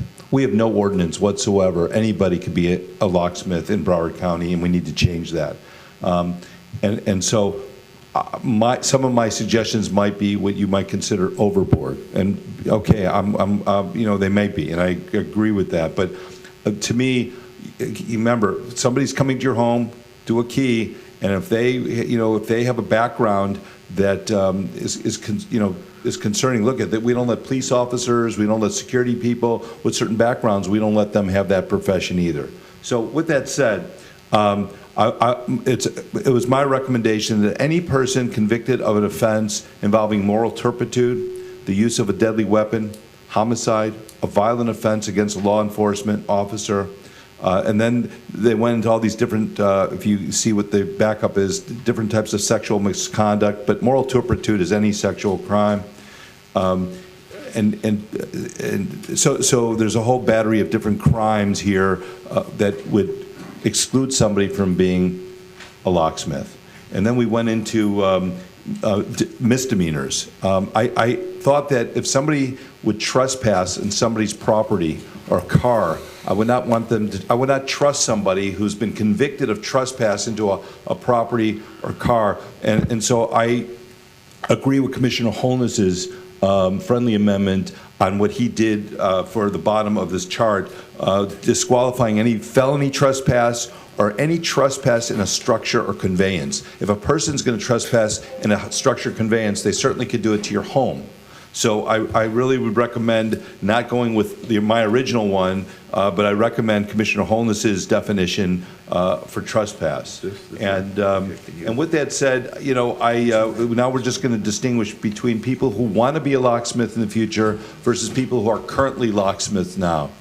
And again, I hope that we err on the side of being conservative, because this is the only profession in the world that I'm aware of that will give somebody access to your home.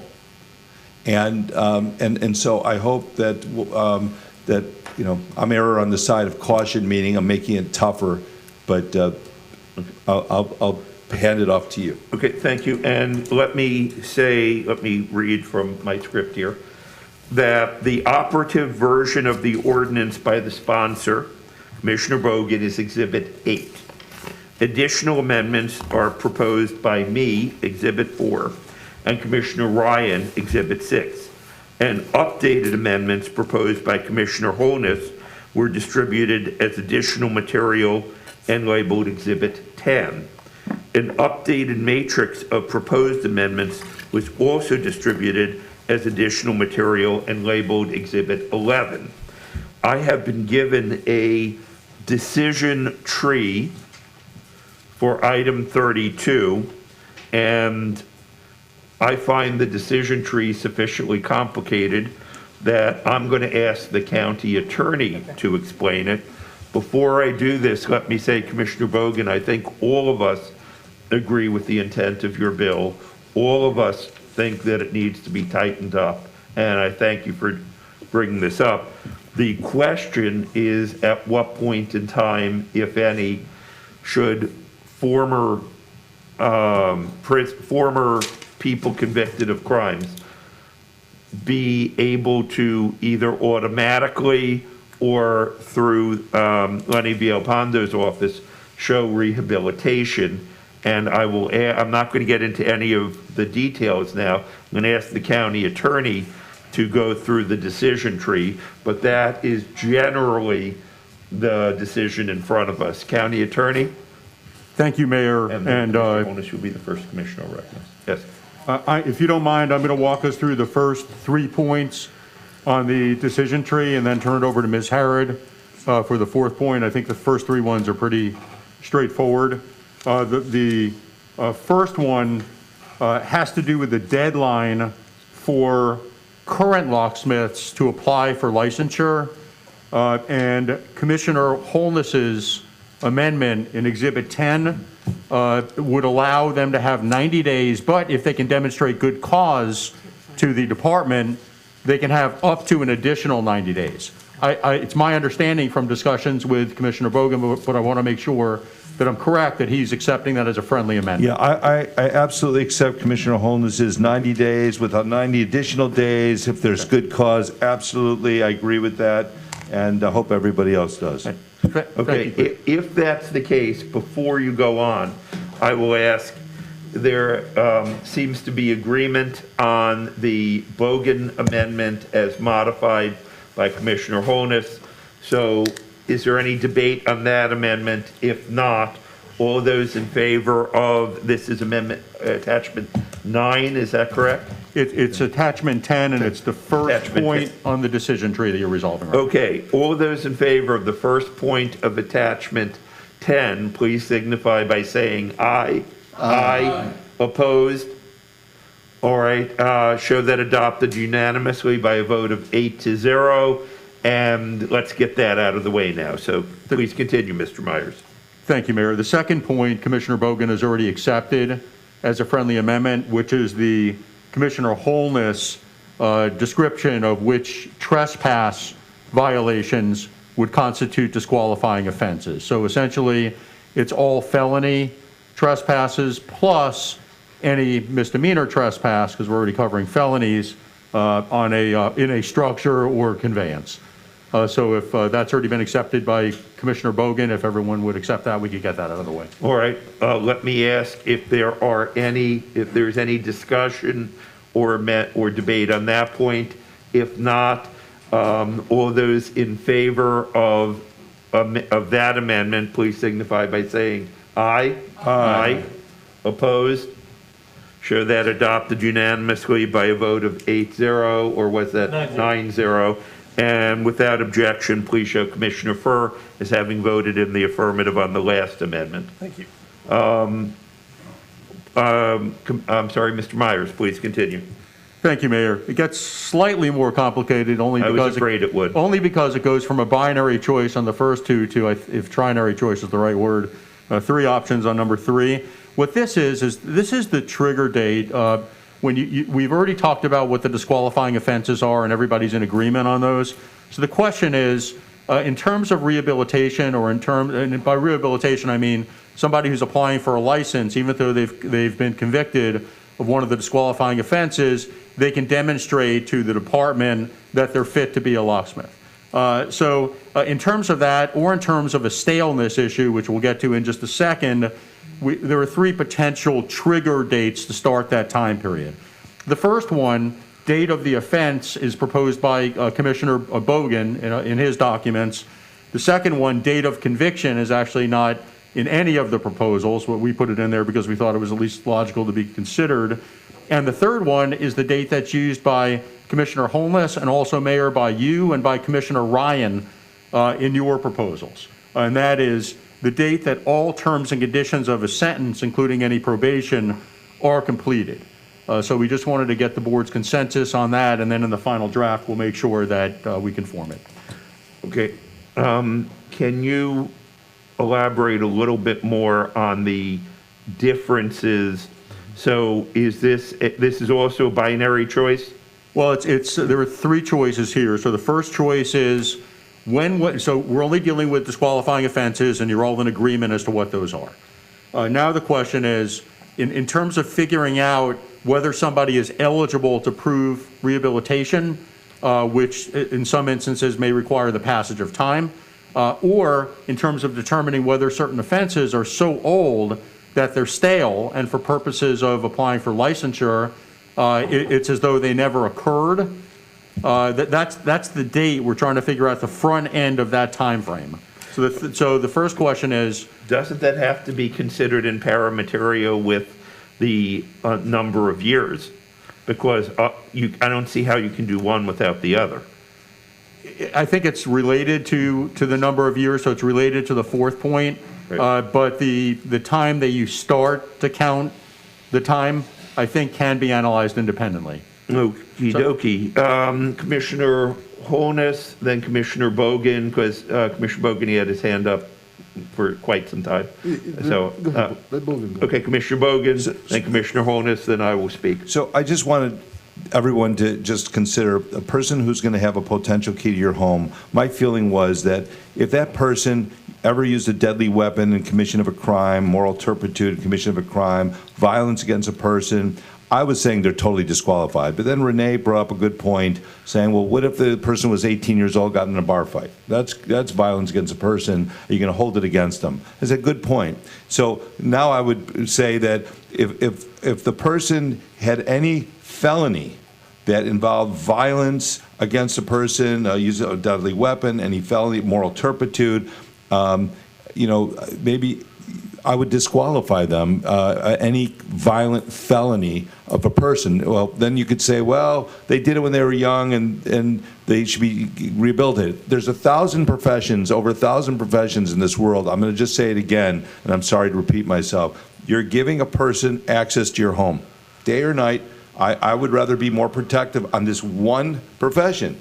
And so I'm here saying that any violent felony against another person, or conviction of moral turpitude, sex crime, person should be totally disqualified, period, done. There's 1,000 other professions they can look at. That's my position. If you guys want to loosen that up, that's up to you. And I just wanted to, that's on the left side here, I just wanted to clarify. But violence against a person, I backed off what Renee was saying. If they get in a bar fight or something they do when they're younger, it's a misdemeanor type thing, then fine, that'll be rehabilitation. Thank you, Commissioner Bogan. Commissioner Holness, then Mayor Geller. Well, let me thank Commissioner Bogan for accepting the amendments that we agreed to previously. And I just want to point out that one of the things that we have to look at as human beings is that there's opportunity for redemption. All of us made a mistake somewhere, somehow along the way. And if we make it so that there's no chance for redemption, then what we end up with is where we are. We've got people that we have incarcerated sometimes for offenses that are minor, getting in a fight as a teenager. Heck, I know when I was young, we get in some tussle. Some of it wasn't even serious. But in today's standard, you know, I push you, you push me back, and we wrestle. For the record, I am not wrestling. Our life could be ruined forever. So at some point in time, we really need to understand that we have to have some opportunity for redemption so that people can have opportunities to live to their fullest potential and make us a more prosperous community and country. So with these three items that we have here, date of offense, date of conviction, and date, terms, and condition of sentences are done. One of the things that I look at, and I need our county attorney to probably explain a little bit more, date of offense would probably be the earliest of the three, but what if that person wasn't convicted? This is only for convictions. Okay, all right, so then I'm gonna go with date of offense, because it gives someone, because sometimes the time that it takes to go through the judicial system can be very long. And when we look at COVID now, how delayed many of these cases are, I would think that the date of offense would probably be allowing more time. You could probably go through 2-3 years before a final decision has been rendered by a court for various issues. So I'm with Bogan on that as a starting point. Okay. First Mayor Geller, then Commissioner Ryan. First, I agree with the intent of what Commissioner Bogan is doing. I disagree with one thing he said, that there's thousands of other professions, because during my tenure in Tallahassee, I saw every single year, and I'm sure Senator Rich and Commissioner Ryan will verify this, that every year people brought up, to show that they were tough on crime, something that would disqualify an additional profession. There are dozens, if not hundreds, of professions that former felons cannot serve in because of the legislature each year adding additional things. My concern here is that when a prisoner gets out of prison, if we're not giving them any alternative on an honest job, then they have a problem because they will return to crime. Now, Commissioner Bogan, I agree with you that, and this is why I don't support it from the date of offense. I think it should be from the date that they get out of prison, because if they get out of prison and then a number of years go by, whether it's 5, 10, 15, whatever that number of years is, and they can prove rehabilitation, I think if they have now, should be able to get all kinds of jobs. Remember, this is the only one where it has a key to your house. Commissioner Bogan, please. So, as I said, there are just too many professions. So I think, and I don't know how we're going to vote on this because of the way it's drafted, where I think that you have to have both the number of years and the date of offense or date of conviction or date all terms. If it were up to me, I would say, again, it should be date of all terms that they've completed their sentence and have completed their probation and a number of years beyond that. But I do believe, and I have seen so many examples of children, literally 14 years old. When I was in the Senate, we had a 14-year-old, I can't recall his name offhand, child in Pembroke Park who killed a young girl named Tiffany Unick while they were wrestling, and he was charged as an adult and convicted. I was the one that passed the law that said that youthful offenders could not be housed in cells with adults, which is what used to happen, because we don't accept child rape as a punishment. And that's what was happening in the jail system in the state of Florida. I apologize, prison system in the state of Florida. But I've seen so many examples of young boys, it's almost always boys, whose brains aren't fully developed. At 14, 15, they commit heinous crimes that are completely out of character. And, I think that 20 years later, they should have, when they get out of prison, they should have the, after they have completed appropriate length of time after they've completed their sentence, I think they should have a full range of options open to them. Commissioner Bogen, I would agree with you if this was the only thing that people were kept out of, but it's not. I recognize what you're saying, that this is unique, but I still feel the way I feel. But, Mr. Myers, I just don't know how we're going to be able to take the vote on this. Alternatively, if it's the will of the board, what we can do is very quickly walk you through just the 4 alternatives that have been proposed.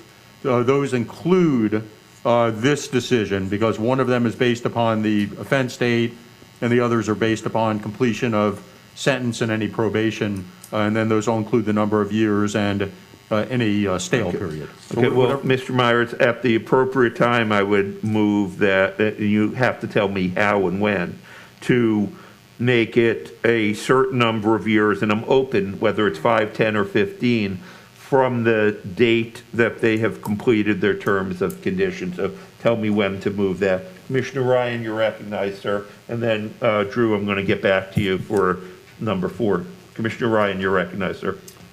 Hopefully, my comments are germane to the amendment that we're taking up at this time. But on the issue of, in the matrix, the subject is the ability to demonstrate rehabilitation after the disqualifying offense. And my amendment is probably more towards allowing that level of discretion on a disqualifying offense to show rehabilitation is probably the most favorable to a applicant that in fact has rehabilitated herself or himself. I do think that Commissioner Holness, as is stated in the matrix, goes a little bit further because he takes that discretion out of whether it would be a hearing officer who would ever consider the rehabilitative efforts by the applicant. But my amendment says that if in fact there is a factual basis made on appeal to the hearing officer that rehabilitation has occurred, that level of discretion would be with the hearing officer. And Commissioner Holness, please correct me if I have it wrong, but I think under the matrix it says yes, but for current locksmiths that were disqualified for a disqualifying offense that occurred more than 5 years ago, that they are automatically allowed to have the license issued, without discretion on the hearing officer. That's at the very end of Exhibit 9. Commissioner Ryan, when you said at the 5 years from the date of what? From the date of 5 years prior to this ordinance date of enactment. You're talking about only existing locksmiths then? Yes. Yeah. Okay. And so they're being grandfathered in if the offense was old, but, you know, again, it's just whether that level of discretion should be granted to a hearing officer or whether it should be just a matter of course, as I believe Commissioner Holness is. And I don't want to speak to his version of it, so I would ask, Mayor, if you would recognize Commissioner Holness. Before I do, I want to ask Commissioner Bogan if he's accepting that as a friendly amendment. Which one? The one that would say for existing locksmiths, either that they're automatically, if the offense is more than 5 years old, that they're okay, or that a hearing officer can reach a factual determination if they've been rehabilitated. So if they, I want to make sure I got this right from the county attorney, so if they committed one of these crazy, bad offenses that I'm opposed to, he's saying that it's okay after 5 years? Is that what it is? If you're existing.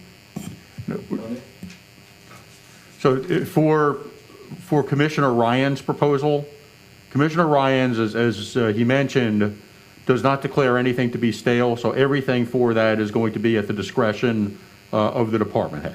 So his is the simplest, cleanest proposal in terms of, in each instance when somebody applies, regardless of the type of offense. So if they committed murder and they're in their 30s, but they can try to demonstrate rehabilitation. It doesn't mean they're granted a license. It just means they can try to demonstrate it. I cannot accept if somebody committed rape, murder, armed robbery, or use of a weapon as an adult. I can't accept that amendment to let them be considered. All right, in that case, Commissioner Holness. Let the county attorney finish his so, statement, and then I'll take. Yeah, and Mayor, this may be the best way to do it because it covers both decisions 3 and 4 at one time. So as Commissioner Ryan, we've already presented what his proposal says. Commissioner Holness's proposal was drafted last. It was intended to be a compromise proposal, and so we can lay out what the terms of that proposal. Can you lay out Commissioner Okay. Holness's? County attorney. Okay, do you want to handle it, Ms. Herod? I think yours is even more liberal than mine. So He has, only on this item. As you said, Commissioner Ryan, Commissioner Holness's proposal has some stale crime, so in some instances, there were, but go ahead. If I may, just on the, so let's say we have a person who's been a locksmith now. They're doing this.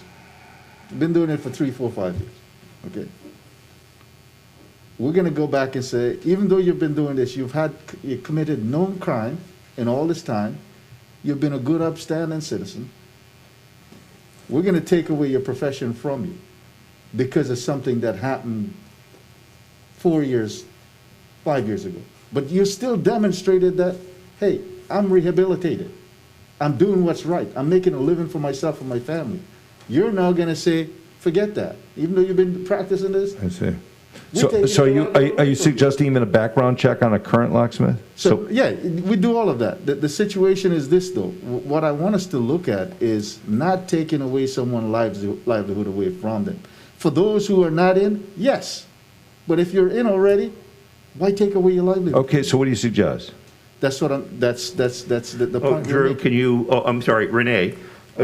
Wait, Mark, Commissioner Bogan, Renee will explain what it is. Can I just give you some tools, some common terminology, so you can all decide how you'd like it to happen? So number 4 on your decision tree here tries to break it up into different categories in different types of offenses and different solutions, and I wanted to give you those terms. So new locksmith obviously is new, someone who's not currently working.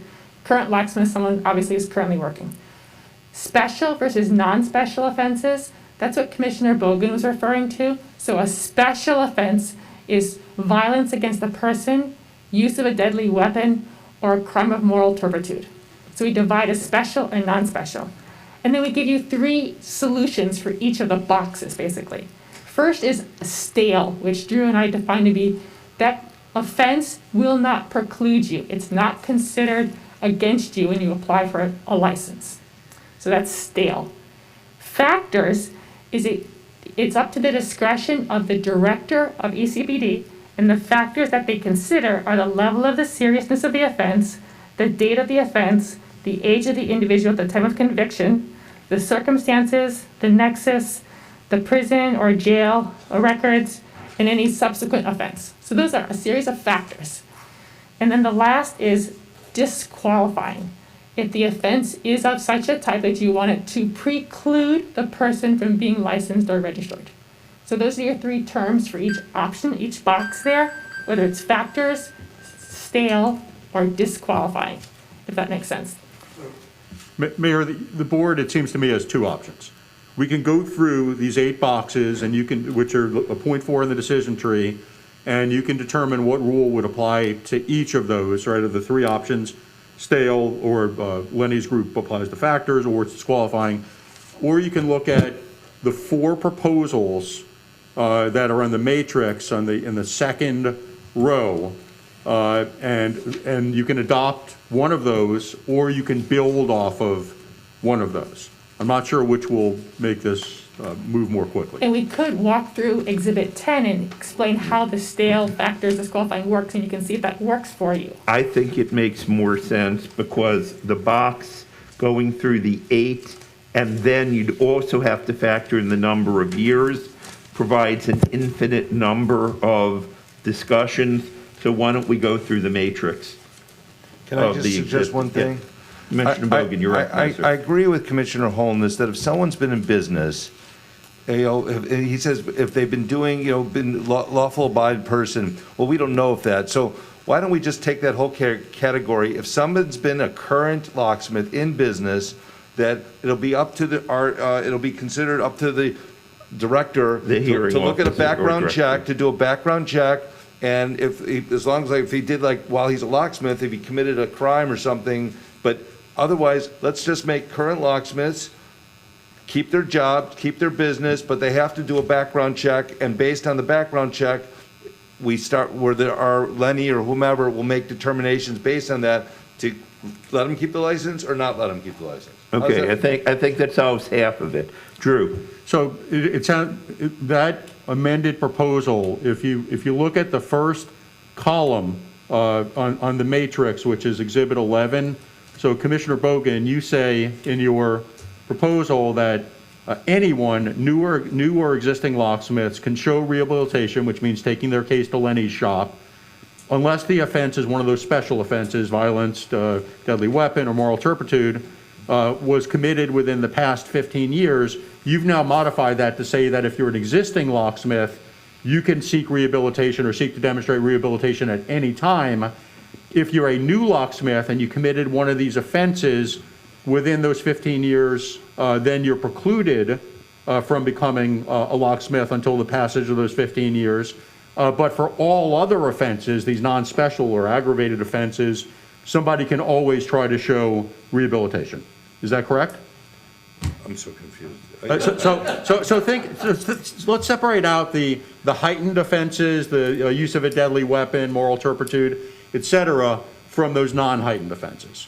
In your proposal right now, you're allowing everybody to show rehabilitation except for locksmiths, existing or new, who within the past 15 years have committed one of those heightened offenses. Correct. Everybody else, okay, now you've modified that to say that. I still have a problem if a current locksmith committed murder, armed robbery, rape, any of those moral turpitude within the past, I don't know, 5 years or whatever.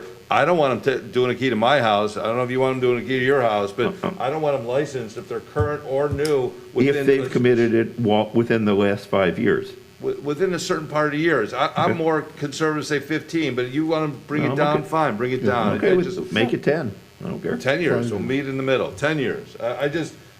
You got to decide whether you want to have a locksmith come to your house that had one of those crimes, if you feel comfortable, because I wouldn't.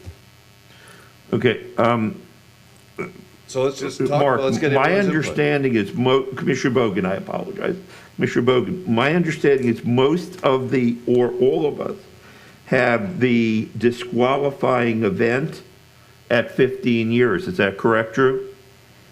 No, I think it's different, and that there is a different stale date for different offenses. Just 2 commissioners have it at 15 years. It might be easiest to start with some of the ones that are in common, where if you look at, for example, a non-special offense that was committed more than 5 years ago, is that something that everyone would agree would be stale and not held against the applicant or the existing locksmith? 5 years for the non-special. I can live with Non-special, that, yes. more than 5. Yes. I think that there's a proposed compromise for the non-special, it's 10 years. That's for the less serious, is that correct? I thought, I heard you just say, No. Commissioner Holness, that you would go from 5 to 10? No, for the non-special, we're at 5. For the special, I thought it was at 10 you go into, but. Look, right now, anything is better than, we have nothing right now, we have 0. So, maybe we start with something, and we can come back and amend it later, or otherwise sit here and spend hours talking about 5, 10, 15. Commissioner Holness, I'm looking at the chart, and yours says 15 years for special. Right. And 5 years for non-special, which I'm okay with. Yeah. I'm okay with that, I'm okay with that. Yes, that's right. Okay, Drew, you've heard, I think there's conceptual agreement with everybody. Can you verify that? And if so, I suspect that in order to draft this, we may need to come back at another meeting, at the next meeting, unless you can draft it. Mayor, I don't think there's conceptual agreement because I think that Commissioner Holness's proposal treats differently existing applications. So even for the ones with these special offenses, they could try to show rehabilitation. But I thought I heard the makings of a compromise just a few minutes ago with a slight tweak to Commissioner Bogan's proposal and then some of the discussion that occurred. So Commissioner Bogan's proposal is for all non-special offenses, everything except for these aggravated offenses, whether you're a new locksmith or you're an existing locksmith, you can try to prove rehabilitation. So the only distinction is for these aggravated or special offenses. Well, let's ask, does everybody agree with that? For the non-special, we all agree that you can prove rehabilitation. Yeah. Okay, done. Okay, we got that done. Okay, so, and then for the special offenses, your proposal is that if they're a new locksmith, so they're not current, they have to wait 15 years in order to demonstrate rehabilitation. I thought there was consensus on that. Yeah. And now all we're dealing with is for existing locksmiths, current locksmiths, how long do they need to wait if it's a special offense? And the question is it 5 years or 10 years? Those are the two that I heard bandied about. And Commissioner Holness has it at 0 years, but seems willing to compromise. I thought that I heard Commissioner Bogan say that if they were an existing locksmith, that we would leave it up to. No, not for special offenses. Okay, I'm sorry. These are murder, armed robbery stuff. If they did it within, it's just a number of years. So I would say you can rehabilitate, but 5 years if you're existing. Because again, I hate to take someone's livelihood away from them. If they have not done anything wrong within that period of time and they've been upstanding citizen, they got to take care of the family and themselves. Okay, hold on, wait, Commissioner Bogan? 5 is fine. 5 is fine. I think I heard an agreement, Mr. Myers. I'm fine with 5. Yeah. Commissioner Ryan's, I was just going to state it whenever you're ready for I me to think state there's an agreement Yeah, here. what we have is a bit of a distinction between myself and Commissioner Holness on the special offenses. These are the worst offenses. I believe Commissioner Holness's position is if somebody has been a locksmith for 5 years and the offense, the special offense is more than 5 years ago, that existing locksmith automatically keeps their license. That they are not subject to review by Lenny's office on whether or not they have rehabilitated. It's simply the 5 years have passed, you're an existing locksmith. And I believe my amendment was that if you're an existing locksmith and the 5 years have passed, then you have the ability to demonstrate that you have rehabilitated yourself and that you can keep your license. Because as you say, we have no rules now, it's the wild, wild west. And so as we bring the rules in, even those who are, have shown good conduct, while they were a locksmith, but you got this thing in the past and it's a really ugly incident that it would be subject to. I think we get agreement on this right here next door, right here, this guy. County Attorney, go ahead. Mayor? Mayor. You recognize, sir. So I think. Wait, I'm sorry. I think by looking at nods of heads, Commissioner Ryan's amendment, is that good? After 5 years, special offenses, current locksmiths, they come back, make sure they're rehabilitated, Lenny or whomever is there decides, we could be done with this thing. Is everybody okay with that? Everybody awake down there?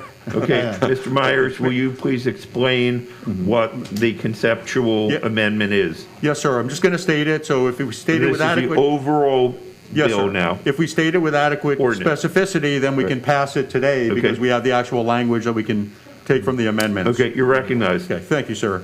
So in terms of rehabilitation, and everything is going to be based upon completion of the sentence and any probation. That's the starting point that I think has been determined. For non-special offenses, as they've been defined, everybody can show rehabilitation at any time. They can go before the department to try to prove rehabilitation. Okay, for special offenses, these aggravated offenses, for non-current locksmiths, so for new applicants, 15 years has to pass for them to try to prove rehabilitation. And for current locksmiths, 5 years has to pass for them to go before the department to try to show rehabilitation. That, to me, seems to be the compromise that, the consensus. Yes. All right. Done. Moved by Commissioner Bogan, Second. seconded by Commissioner Holness. All those in favor of item number 32? As amended by everything there, As described by the county attorney. and the prior two amendments. Including all prior amendments. Ad nauseam. Please signify by saying aye. Aye. Opposed? Show that adopted unanimously by a vote 9-0. Commissioner Bogan, item 33. Thank you. Item 30. That's the fees. I'm sorry? Oh, you want me just to move it? Okay, moved by Commissioner Bogan. Mayor? Seconded by Commissioner Udi. Yes, Vice Mayor Udi. Just making, Okay. Yes, so just making sure that it's moved as amended by Exhibit 3, which is the staff. of course, that's what I meant. All those in favor, please signify by saying aye. Aye. Opposed? Show that adopted unanimously by a vote of 9-0. We have now completed public hearing. We are now on to agenda item number 34, parking garage. If you skip it, we can probably be out before lunch. 34, no, But she wasn't signed up. no. She's not signed up. I'm skipping 34. Okay. No, No, I'm sorry? Yes. real quick, just want to add two things to it, actually. yes. Hold on one second. The We're trying to Army get Corps out. of Engineers study Right. that needs to be done, that we need to be trying to get that done. Let's put that on there so we can kind of track it. You know what I'm Okay. talking about? I don't know the official. Talking name. about the restudy? You talking about the deepening and widening of the Port Harbor? Which No, one are no, you no. talking, are you talking This about is the the upper- Everglades restudy? Yes, Okay. yes. Which study, Steve? Well, This is- it's this the is a study- Everglades restudy, it's the, something, Central and South Florida, it's the C&SF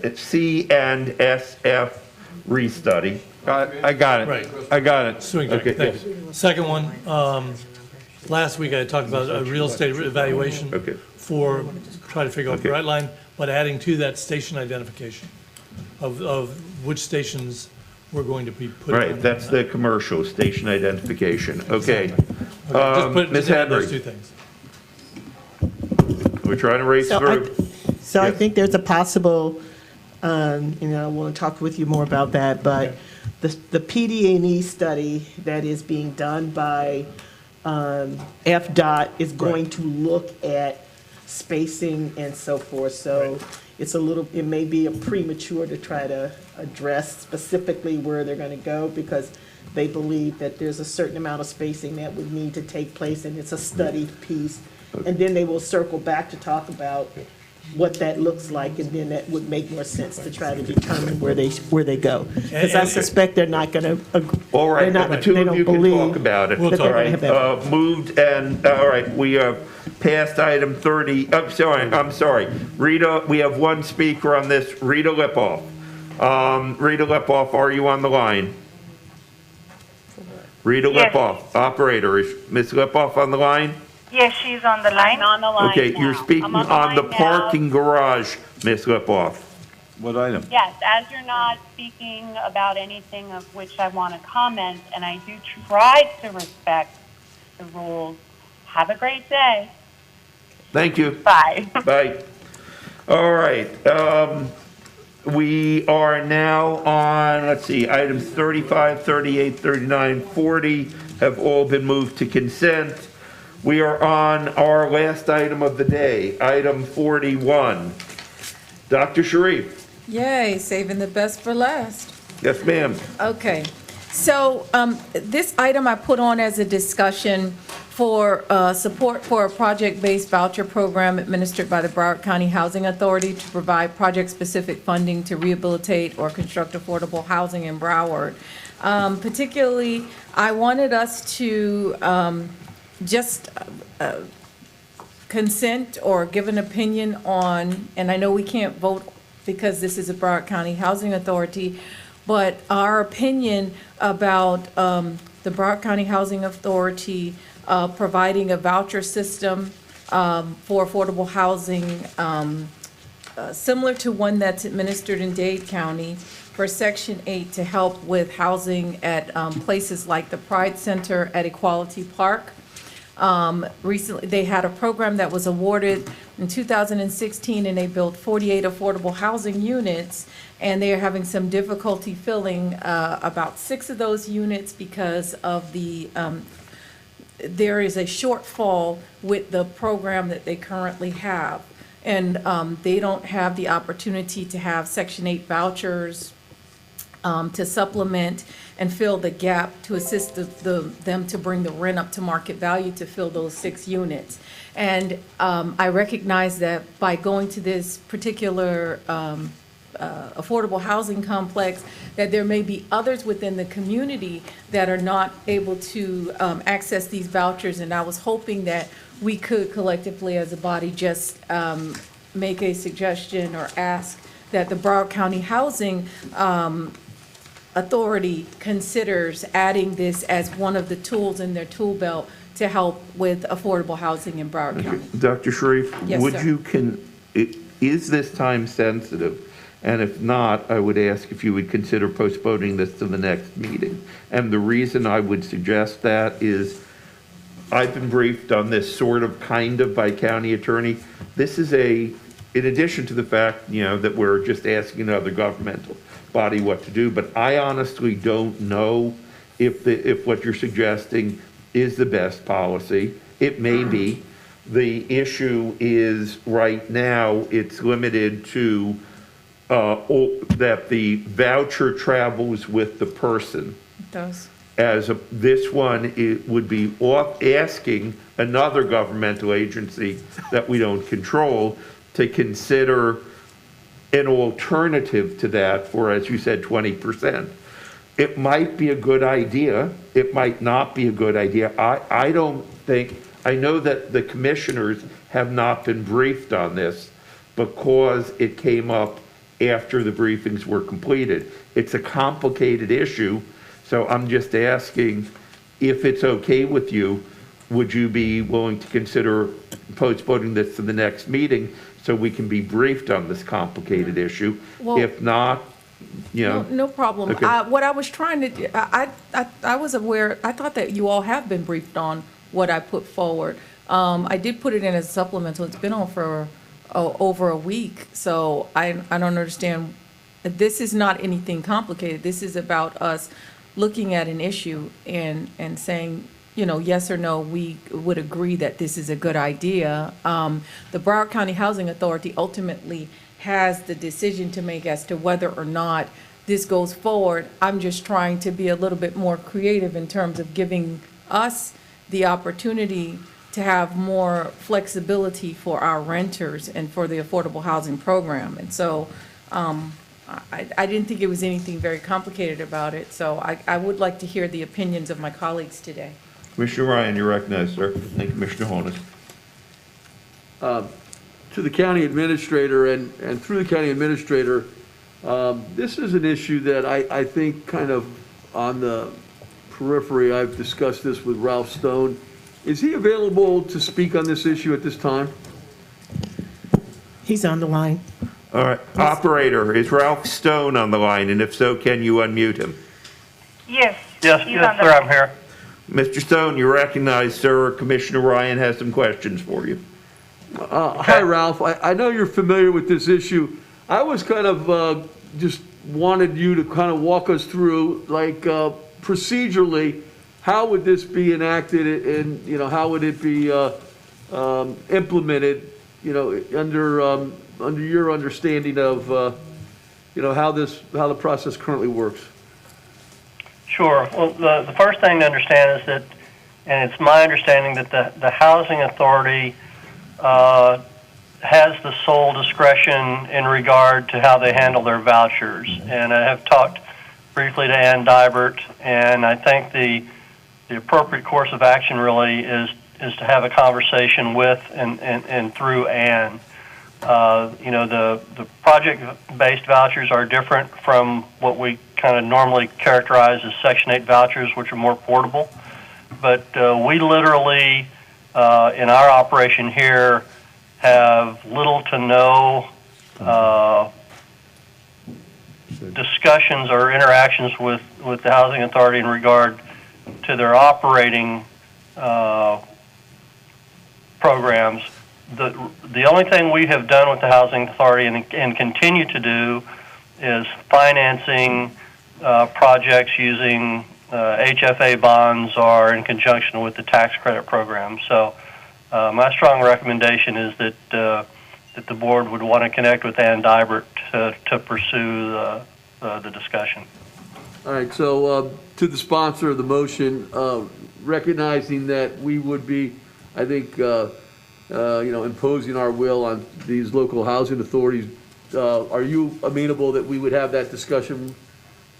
So I don't want to impose anything on them. What I wanted to do was get a suggestion from this board that this was a good idea to supplement, and so that they would know that this is something that we would be supportive of them taking action on. I'm not trying to push anybody to do anything, just to open up the opportunity as they have in Dade County, open it up in Broward. We keep talking about affordable housing. I just figured this was just another way to say, hey, we're flexible here. So I'm not opposed to that. I know we were going to have that conversation anyway, but I brought it forth because I think that we should be aware that there's another opportunity out there to help our residents, and maybe by us saying we would agree with their decision to accept that, that may help them in making that decision.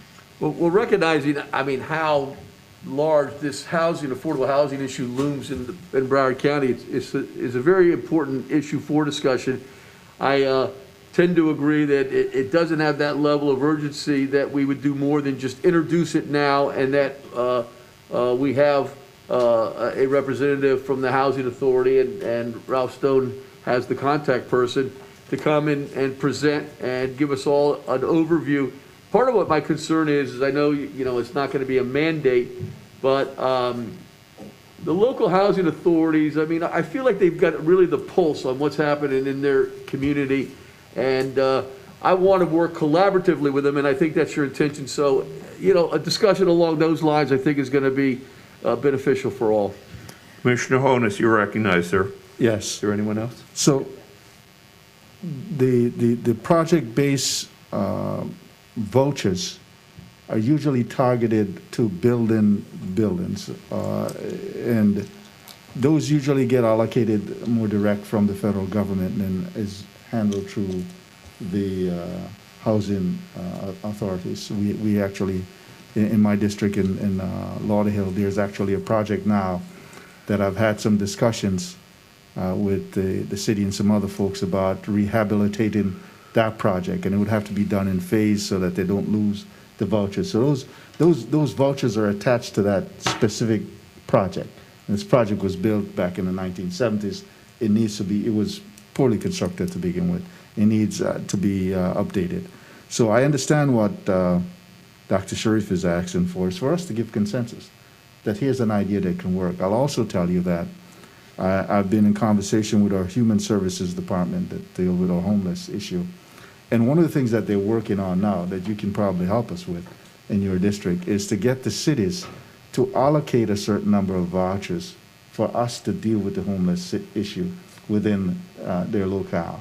So that when we have folks who are homeless, we know readily that there's vouchers available. Some of them have been working with the city. I know Dania has committed some. I think Deerfield Beach has, and a couple other cities. So there's some conversation in dealing with the homeless issue to address it with utilizing some of these vouchers, specifically targeting that community. It makes sense for us to say that it's an idea that we ought to be looking at, because what that would do is put additional units in place. If these housing authority would allow for some of their vouchers to be targeted to a project to get it constructed or to get a project rehabilitated and have it as a place where these Section 8 vouchers can be utilized. But it certainly is the discretion of each each housing authority to determine that. And here's another issue that I've been facing since I was in Lauderhill, 2004. Lauderhill has probably the second largest number of people living in that city with Section 8 vouchers, second only to the city of Fort Lauderdale. They've set up a housing authority, but they can't get vouchers because none of the other cities will allow them to get one so that they can do more. So it is really definitely somewhat complicated. But if the consensus, what I'm hearing from Dr. Sharif is that we support the issue of asking, because again, it's in their discretion, sole discretion, that they look to utilize some of these Section 8 vouchers, that they have discretion on where they put them, flowing with the individuals to go to rehabbing projects and also to put new units in. I think it makes sense. Okay, Senator Rich. Yeah, thank you, Mr. Mayor. I would like to see us have a broad-based discussion on this. I don't oppose this, but I really believe that we need to get Ann Dibert here, and we need to look at this kind of in the totality of a lot of things that we're doing. Oddly, I don't know if Ralph is still on, but I was at the drawing. One second, Senator Rich. Mr. Stone, are you still on? Yes, sir. Okay.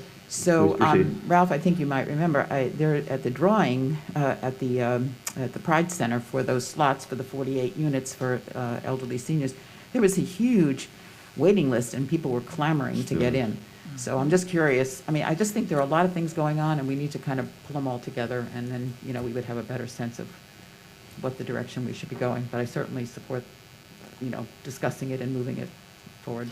Right. With So more information. They did fill 42 out of the 48.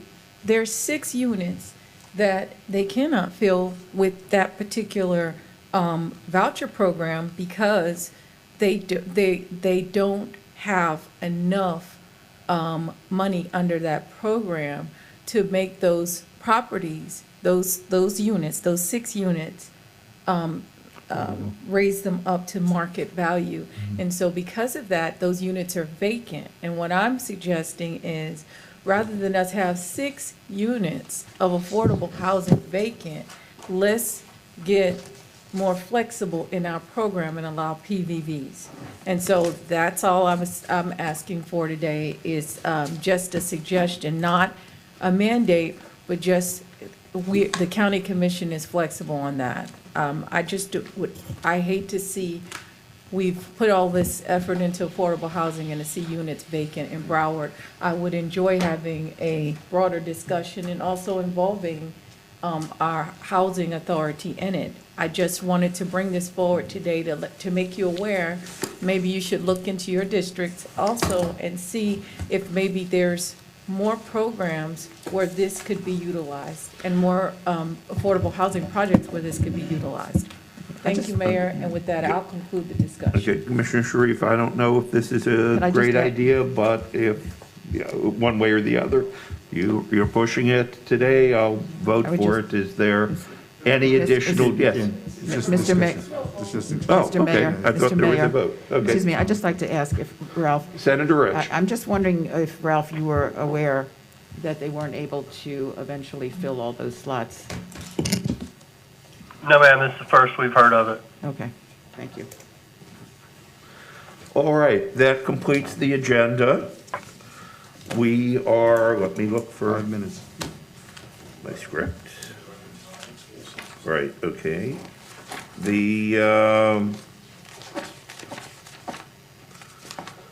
We will now take up commissioners' reports, and let's start to our right with Senator Rich. Okay, thank you. I just have, Senator Rich, you'll have to speak up. sorry, can you hear? Yeah. Okay. So I just wanted to make mention of the fact, and you can maybe comment on this, County Administrator. There's some issues coming up in the legislature with regard to funding, because everything is going back now to be reassessed, almost like, starting from scratch and making sure that everything is having the outcomes and so forth. So I wanted to make sure that we had the ability for our lobbying team to work with the ADRC, BBHC, and Urban League happen to be three of the big ones that have large amounts of money that will be at risk here. So I would like to make sure that Marty Cassini and his folks have the ability to use our resources to help and make sure that we are working on getting that money back here in Broward County, because it would be devastating if we lost a lot of the money that we have in those three providers, our managing entity for mental health and substance abuse, and for seniors, and then, of course, Urban League's projects. So I just would like to make sure that we are able to do that. Of course. Okay, good. I just want to go on record with it. And then the other thing was, I spoke to the county administrator about this, and I want to just say to everybody, I believe that we need to do an aggressive education campaign regarding vaccinations. Over and over, I'm talking to people, working with people, and seeing how many are not taking the vaccines, whether it's staff in ALFs or nursing homes, whether it's agricultural workers, whether it's people actually administering shots in hospitals, vaccines in hospitals, not taking it, nurses. I really believe that the federal government should have done it, the state should have done it, and now I think we need to do an aggressive campaign to make sure that we get as many people vaccinated. And I know the argument was that we don't have the supply. I understand that, but we're going to have the supply, and by the time we get a campaign started, we'll have our vaccines here. And it's better for people to be looking for them and wanting to get a vaccination than not, and transmitting that to people and saying, I'm not taking it, I don't believe in it, or whatever it is. We need to have a strong education campaign and awareness. Thank you, Senator Rich. Commissioner Bogan, you're recognized, sir. Commissioner Furr. Bogan Furr, sorry. Thank you. Wait, he's an old guy. You're going to call me, he's older than me. You confuse us. Well, it's please. just with your weight loss, you are looking more and more alike. Look almost exactly like. First, as I mentioned earlier about the Army Corps of Engineers, for those who don't know, we were denied the funding. When did that happen? Just recently. Okay. And this is one of those ones that seemed like a slam dunk. That's what I thought. And should be. When you look at the other ones that got passed, none of them have anywhere near the urgency that we have. And for those who don't know, we have like a 10-year window here before we get flooded out. Mm-hmm. And we're on a gravity-fed system, and we have to get to a pump station. Commissioner Furr. Motion to extend the meeting through the end of this item. What's that? Okay. Motion to extend the There's been a meeting to- motion to extend through the completion of the agenda. Second, all those in favor, please signify by saying aye. Those like sign. Commissioner Furr, you and I know what the CNSF restudy is, but I'm not sure, and Commissioner Ryan probably does. I'm not sure other people do. You might want to explain a little bit more what it is. Just real quick, it is a study that was done in 1948, hasn't been redone. This was a time where didn't even know about sea level rise, all those kind of things. That would essentially be a study to let us know how to handle sea level rise, how to handle the entire water management It's the drainage. system, the entire drainage system for all of South Florida. We have literally this much leeway right now. Before, it High backs up. tide, we have. Yeah, 6 inches. That's Under- all we have. And a big rainstorm, those kind of things, suddenly we are not able to drain the entire region. As by 2030, we're out of luck. So that's why we've been pressing so hard to get this done. How they denied funding to us is kind of beyond me, especially when you look at the ones that got funded. So what we really need to do is put a full court press on here with all elected officials, private enterprise, everybody. This has to be, there really isn't much of a higher priority, otherwise we don't have a place to live. So this has to, for whatever we can do, much like I think what we did with the, when we were trying to get the dredging and all the stuff with the port, we kind of put a full court press on that. We're gonna need to do the same thing here. And I think you're seeing both the business community understand it, the environmental community understand it.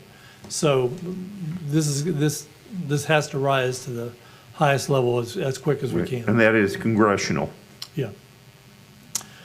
Second, the Solid Waste Working Group will be meeting on the 19th. I am hoping they will be able to vote on a governance structure. I want to thank the county administrator for coming up with all the background and the numbers needed to kind of be able to explain what the kind of cost that would be per resident. And then finally, it does look like we finally got the Second Amendment on the surtax passed. Not every city has done it, but there was a threshold. We met the threshold. We made the threshold, and that means that hopefully, once it's all passed, that money will finally get released to the cities.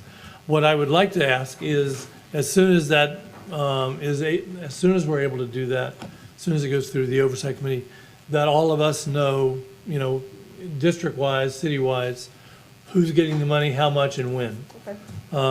So that we're all able to know what projects are and disseminate that information amongst the people that we represent. Okay, thank you, that's all. Thank you. Dr. Sharif, you're recognized, ma'am. Thank you, Mayor.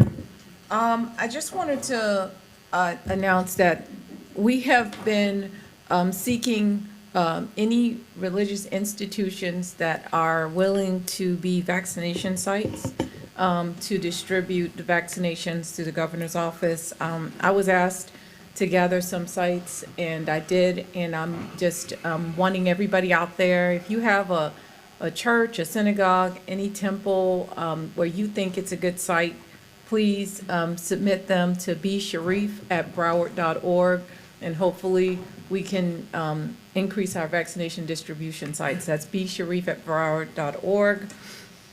The other thing that I wanted to bring up is I've been receiving quite a few emails from my district regarding seniors who are still having some difficulty accessing vaccines. And so I'm trying to, I don't know whether or not you guys are experiencing the same thing, but I've been constantly having to try to help them and make calls to get them appointments in our district office. And so I think Bertha sent County Administrator Bertha Henry sent in a memo in regards to the Broward County vaccination program. And I know you sent that on February the 1st, but maybe on your next legislative call, if you could please bring up that we're still having that issue. I mean, they open up the sites, and as soon as they open them up, they're full. And I think some of the people that had called us, we were able to get them into the Antioch Church site and also into the Christway Baptist Church site that we were given, but those were only 2,000 vaccines. And so I know that there's a lot more needed. I know that there's an urgency in our senior community, so I just wanted to put that on your radar and ask if you could please bring that up during your discussion with the governor's office again. I've also emailed as well myself. And then the last thing that I wanted to bring up was we had the Greater Fort Lauderdale Alliance Leadership Speaker Series, and AutoNation CEO Mike Jackson was the headliner for that, and Rita Case did the moderating. I gotta tell you, Rita Case should have her own talk show. And Mike Jackson should have a documentary series on his life. That was probably one of the most amazing luncheons that I've participated in through the Alliance, and I was hoping that you guys could go back and maybe rewatch that. I thought it was really interesting.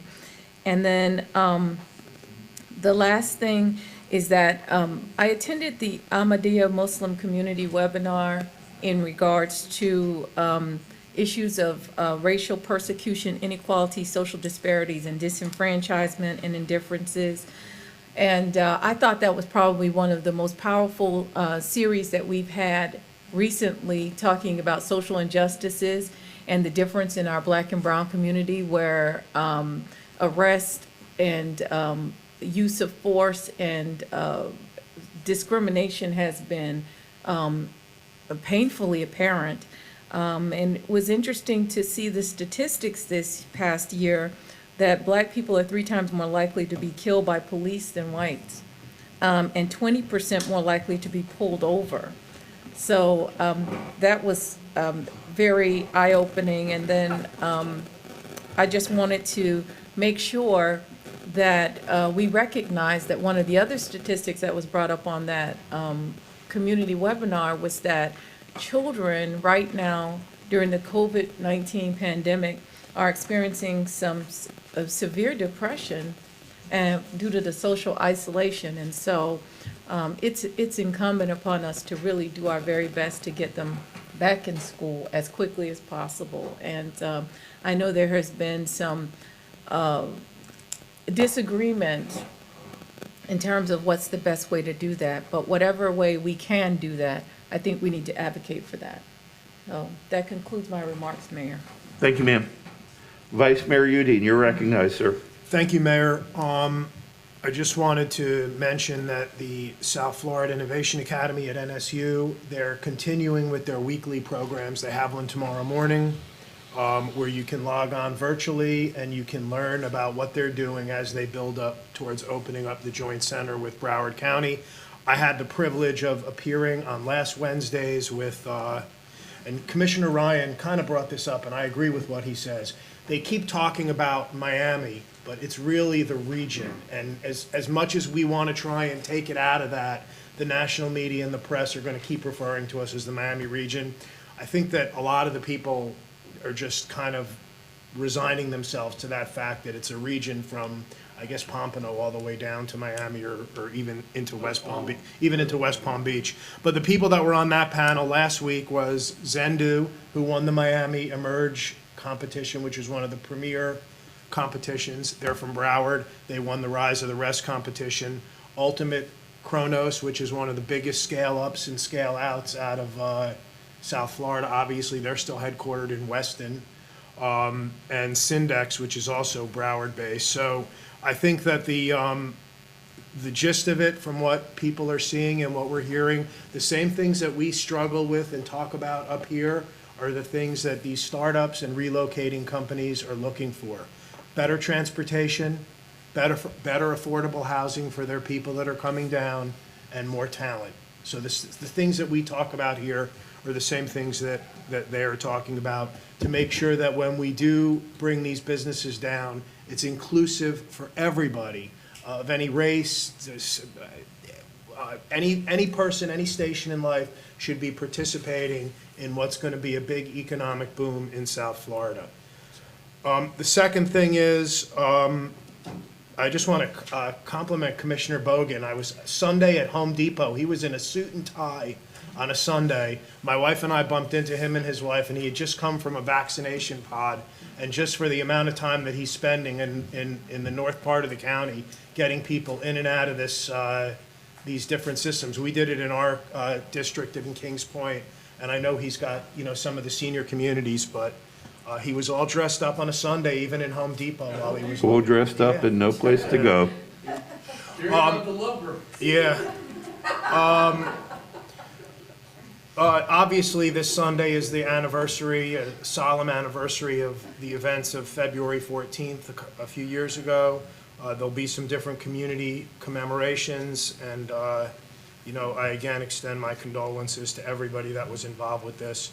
I'm just going to close by, asking the county attorney at some point to get back with us. I keep getting calls from people, and I'm sure everyone else is getting the same ones, about when we're going to open our meetings up in here.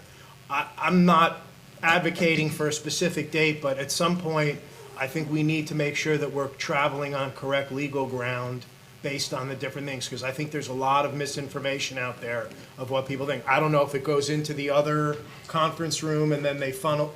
We need to social distance, but we need to also make sure that the public is being included on these meetings. So you don't have to get back to me today, but it could be in writing or whatever it is, so that we start having that conversation at some point. And those are my comments. Thank you, Vice Mayor. Commissioner Holness. Thank you. Certainly, vaccination is very important. We were able to help with coordinating a couple of this past week at Ambassador Seventh-day Adventist Church. We continued at Mount Hermon AME, quite successful, but we know that these pods are not sustained over a long period of time. We ought to look to see how we can ensure that they can continue earlier there. And we know the issue with getting registered. So many people have tried and not been successful. I want to go ahead and give out today the now iteration of how to sign up.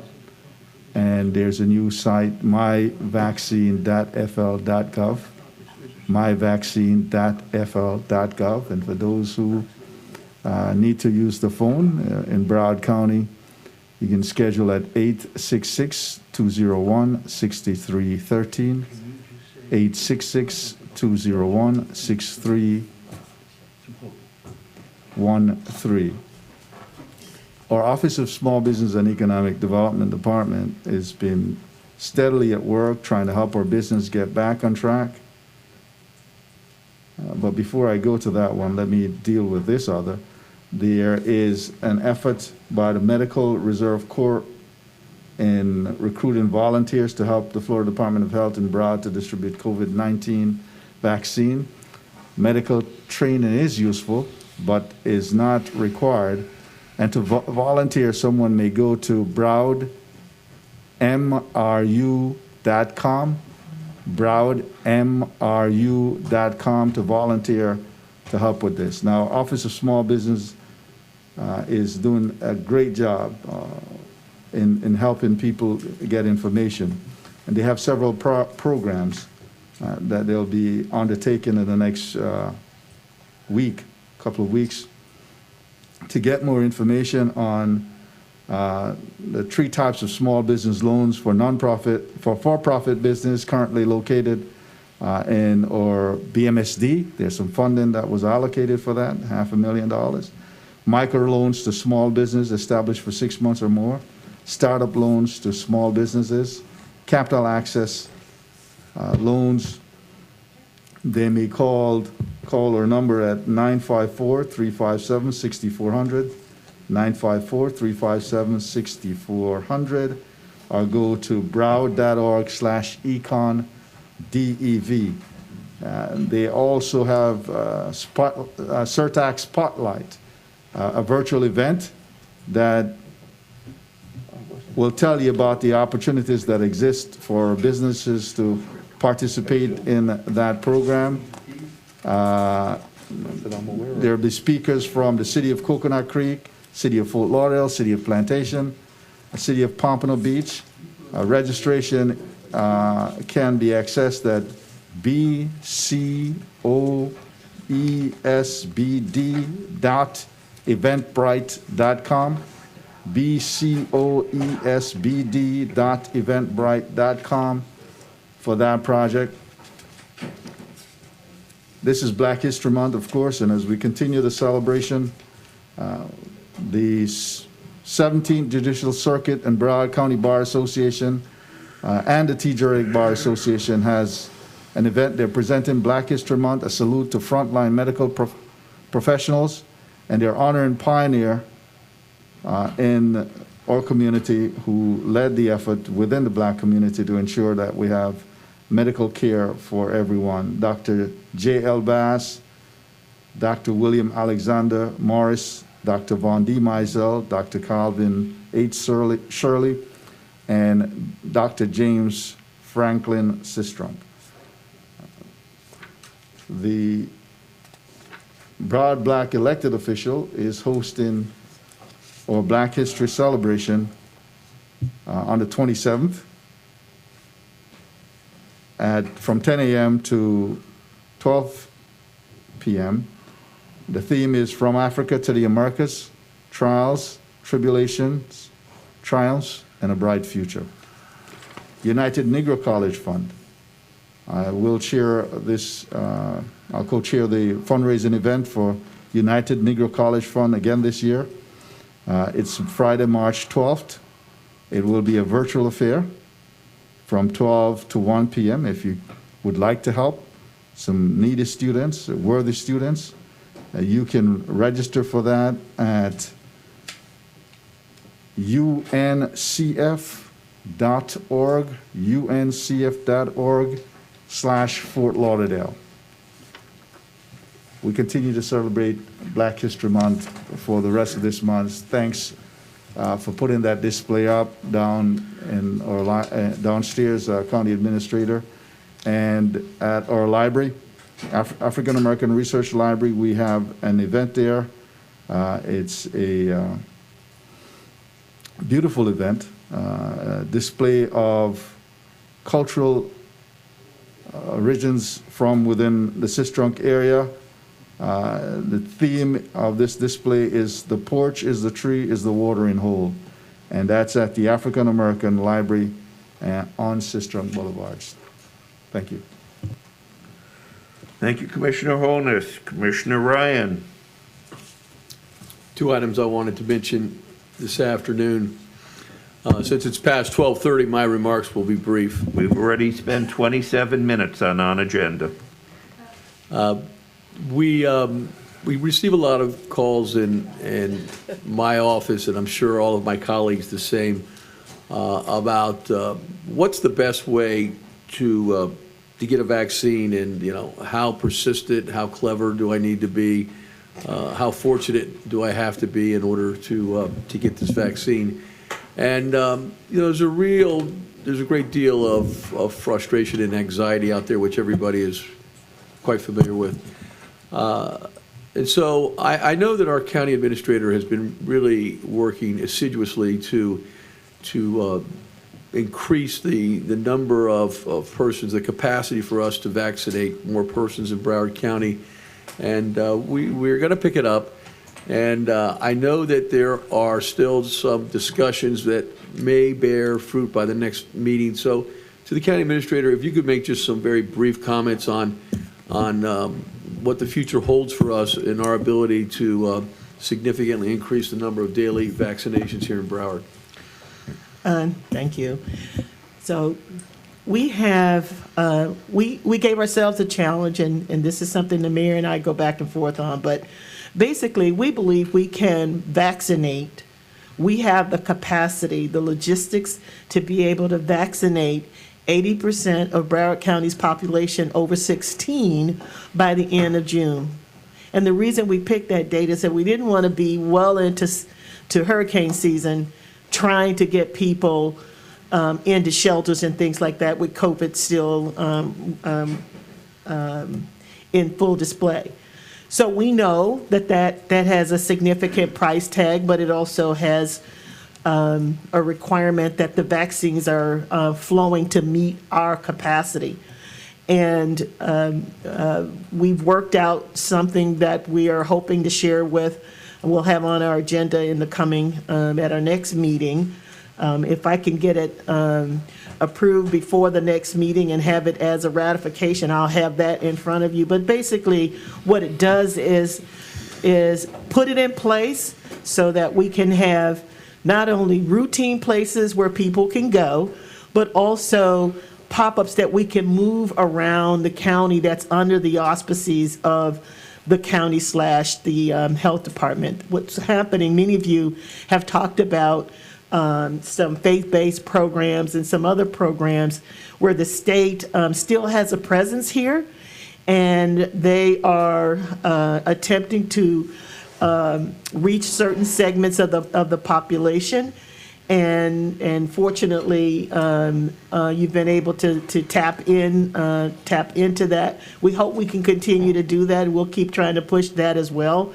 But what our goal is to be able to say to the community that we have a routine, they exist when the reservation system is open, and we're hoping that other counties get up to speed so that we're really just servicing our residents as much as we can. And our goal is to keep pushing wherever we can to try to meet that goal. So I'm hopeful, and we're also really pushing, whether it's the state and or the Biden administration, who appears to want to provide resources to local governments to get that done. So we may be borrowing Peter to pay Paul for a minute until that happens, but we're hopeful, and we think we'll have something in front of you here shortly. Commissioner Ryan, we are limited only by the amount of vaccine we're getting. Right, and I know that the Biden administration has been reaching out to the states and offering not just to accelerate the number of doses that can be distributed to the states, but also actually assisting in setting up sites for greater daily distribution. Thank you for that update. We look forward to some good news at the next meeting. And with that, Sunday is Valentine's Day. It's a sad day for a lot of persons with the terrible events that occurred 3 years ago. But with social distancing and what has occurred over the last year, just remember to hug your sweetheart and to make that day as special as you can. Thank you, Commissioner.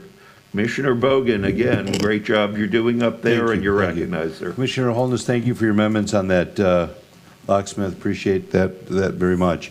I wanted to also, just to let everybody know, we set up a pot of vaccines at Palmair, 3,700 appointments that my staff was responsible for making 3,700. Wally and Ron. Well, we couldn't do that without the help of Bertha. Thank you, Bertha and Marty Cassini, and everybody in the library that helped us, and I really appreciate the help. We actually made 3,700 vaccine appointments.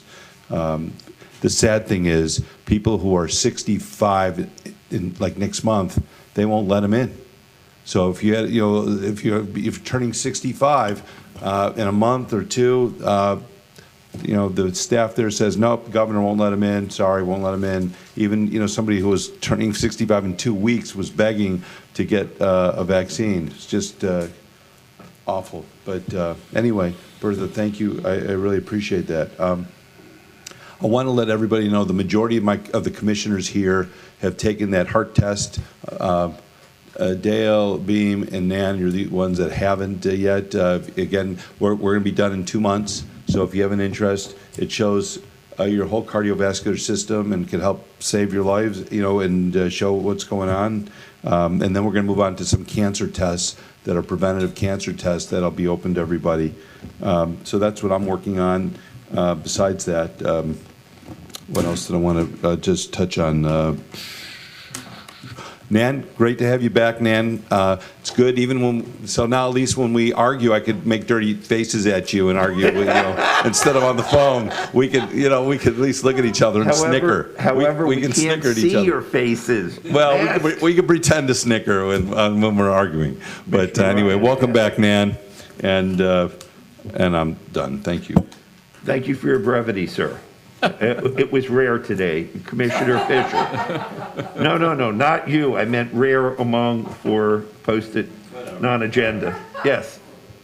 Commissioner Fisher. Thank you, Mayor. I just wanted to recognize a particular community in my district. It's John Knox Village, which is an internationally award-winning life plan community of choice, the second largest plan community in the state of Florida for their recognition of their innovative lifestyle. They were the first in Broward County to receive the vaccines. And last month, they were recognized and honored as first place recipient for the Pinnacle and the Beacon Awards by the International Council of Active Aging and New Step for Best in Wellness. for senior living communities throughout the North America. So I'm very proud of them, what they've been able to accomplish, and kudos to them.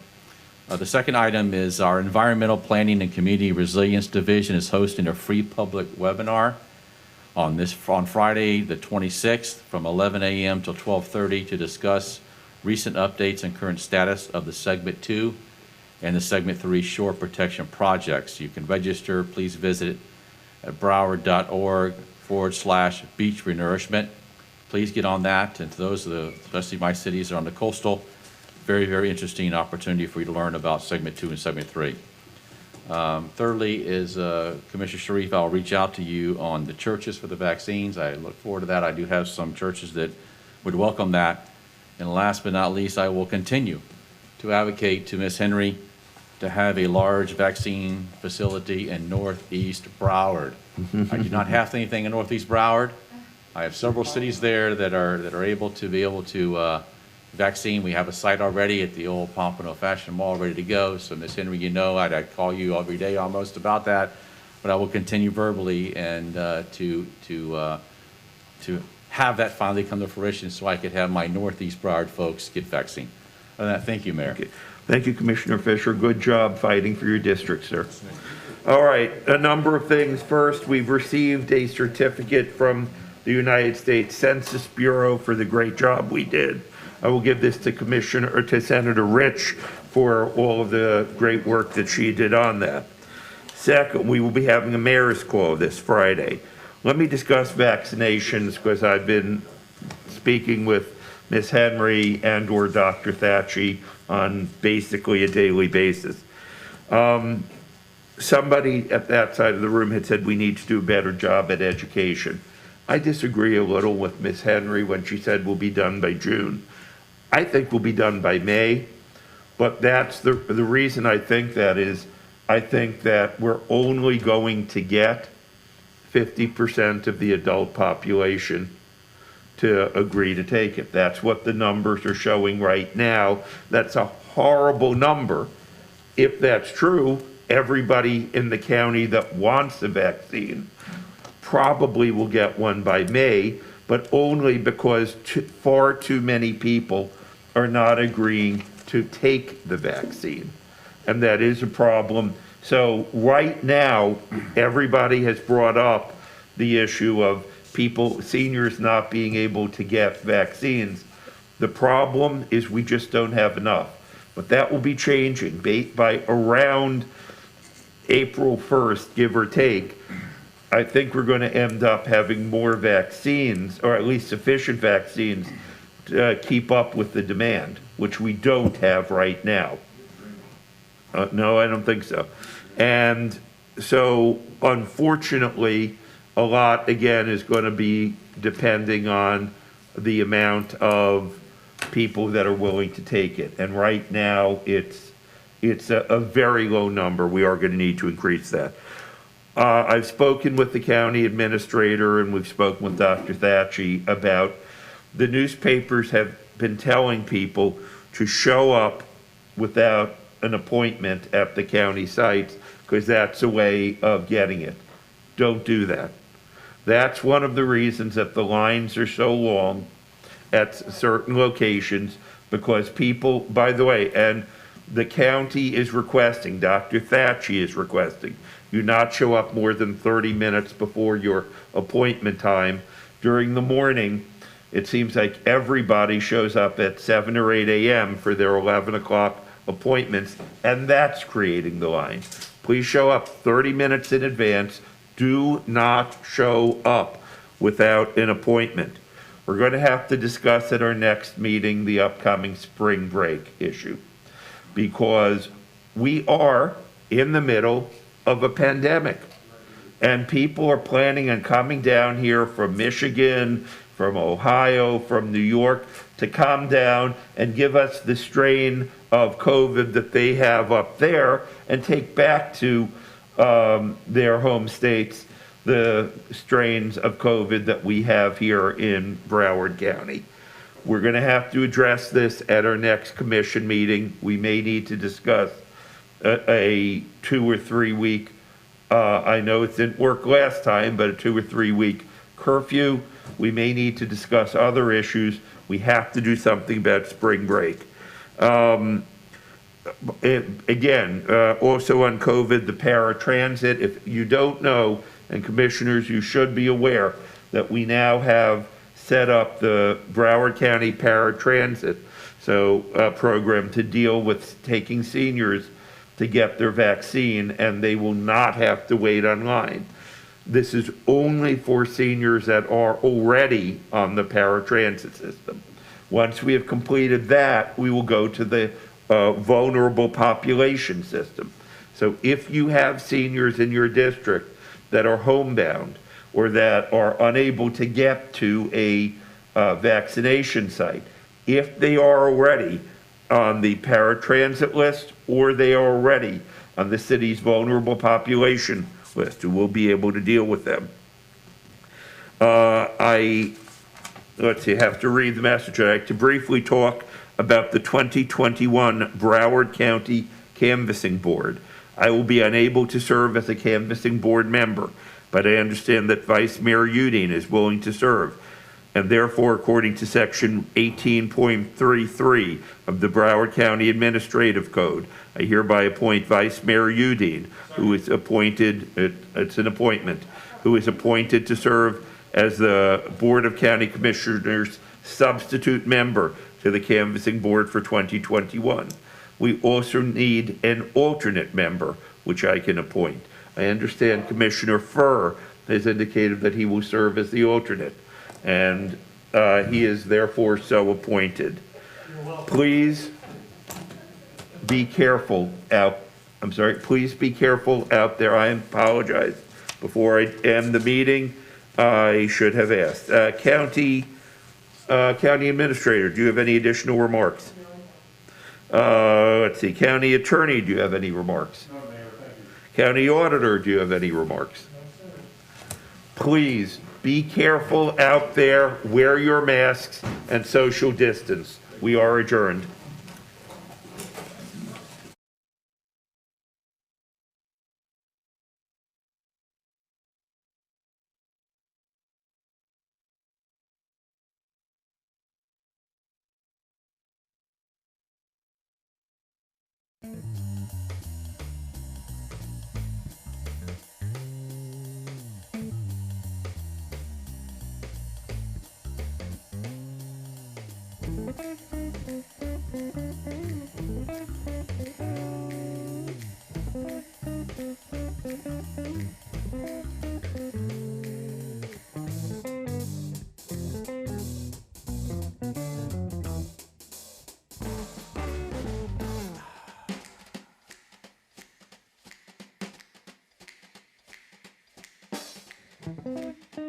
Thank you.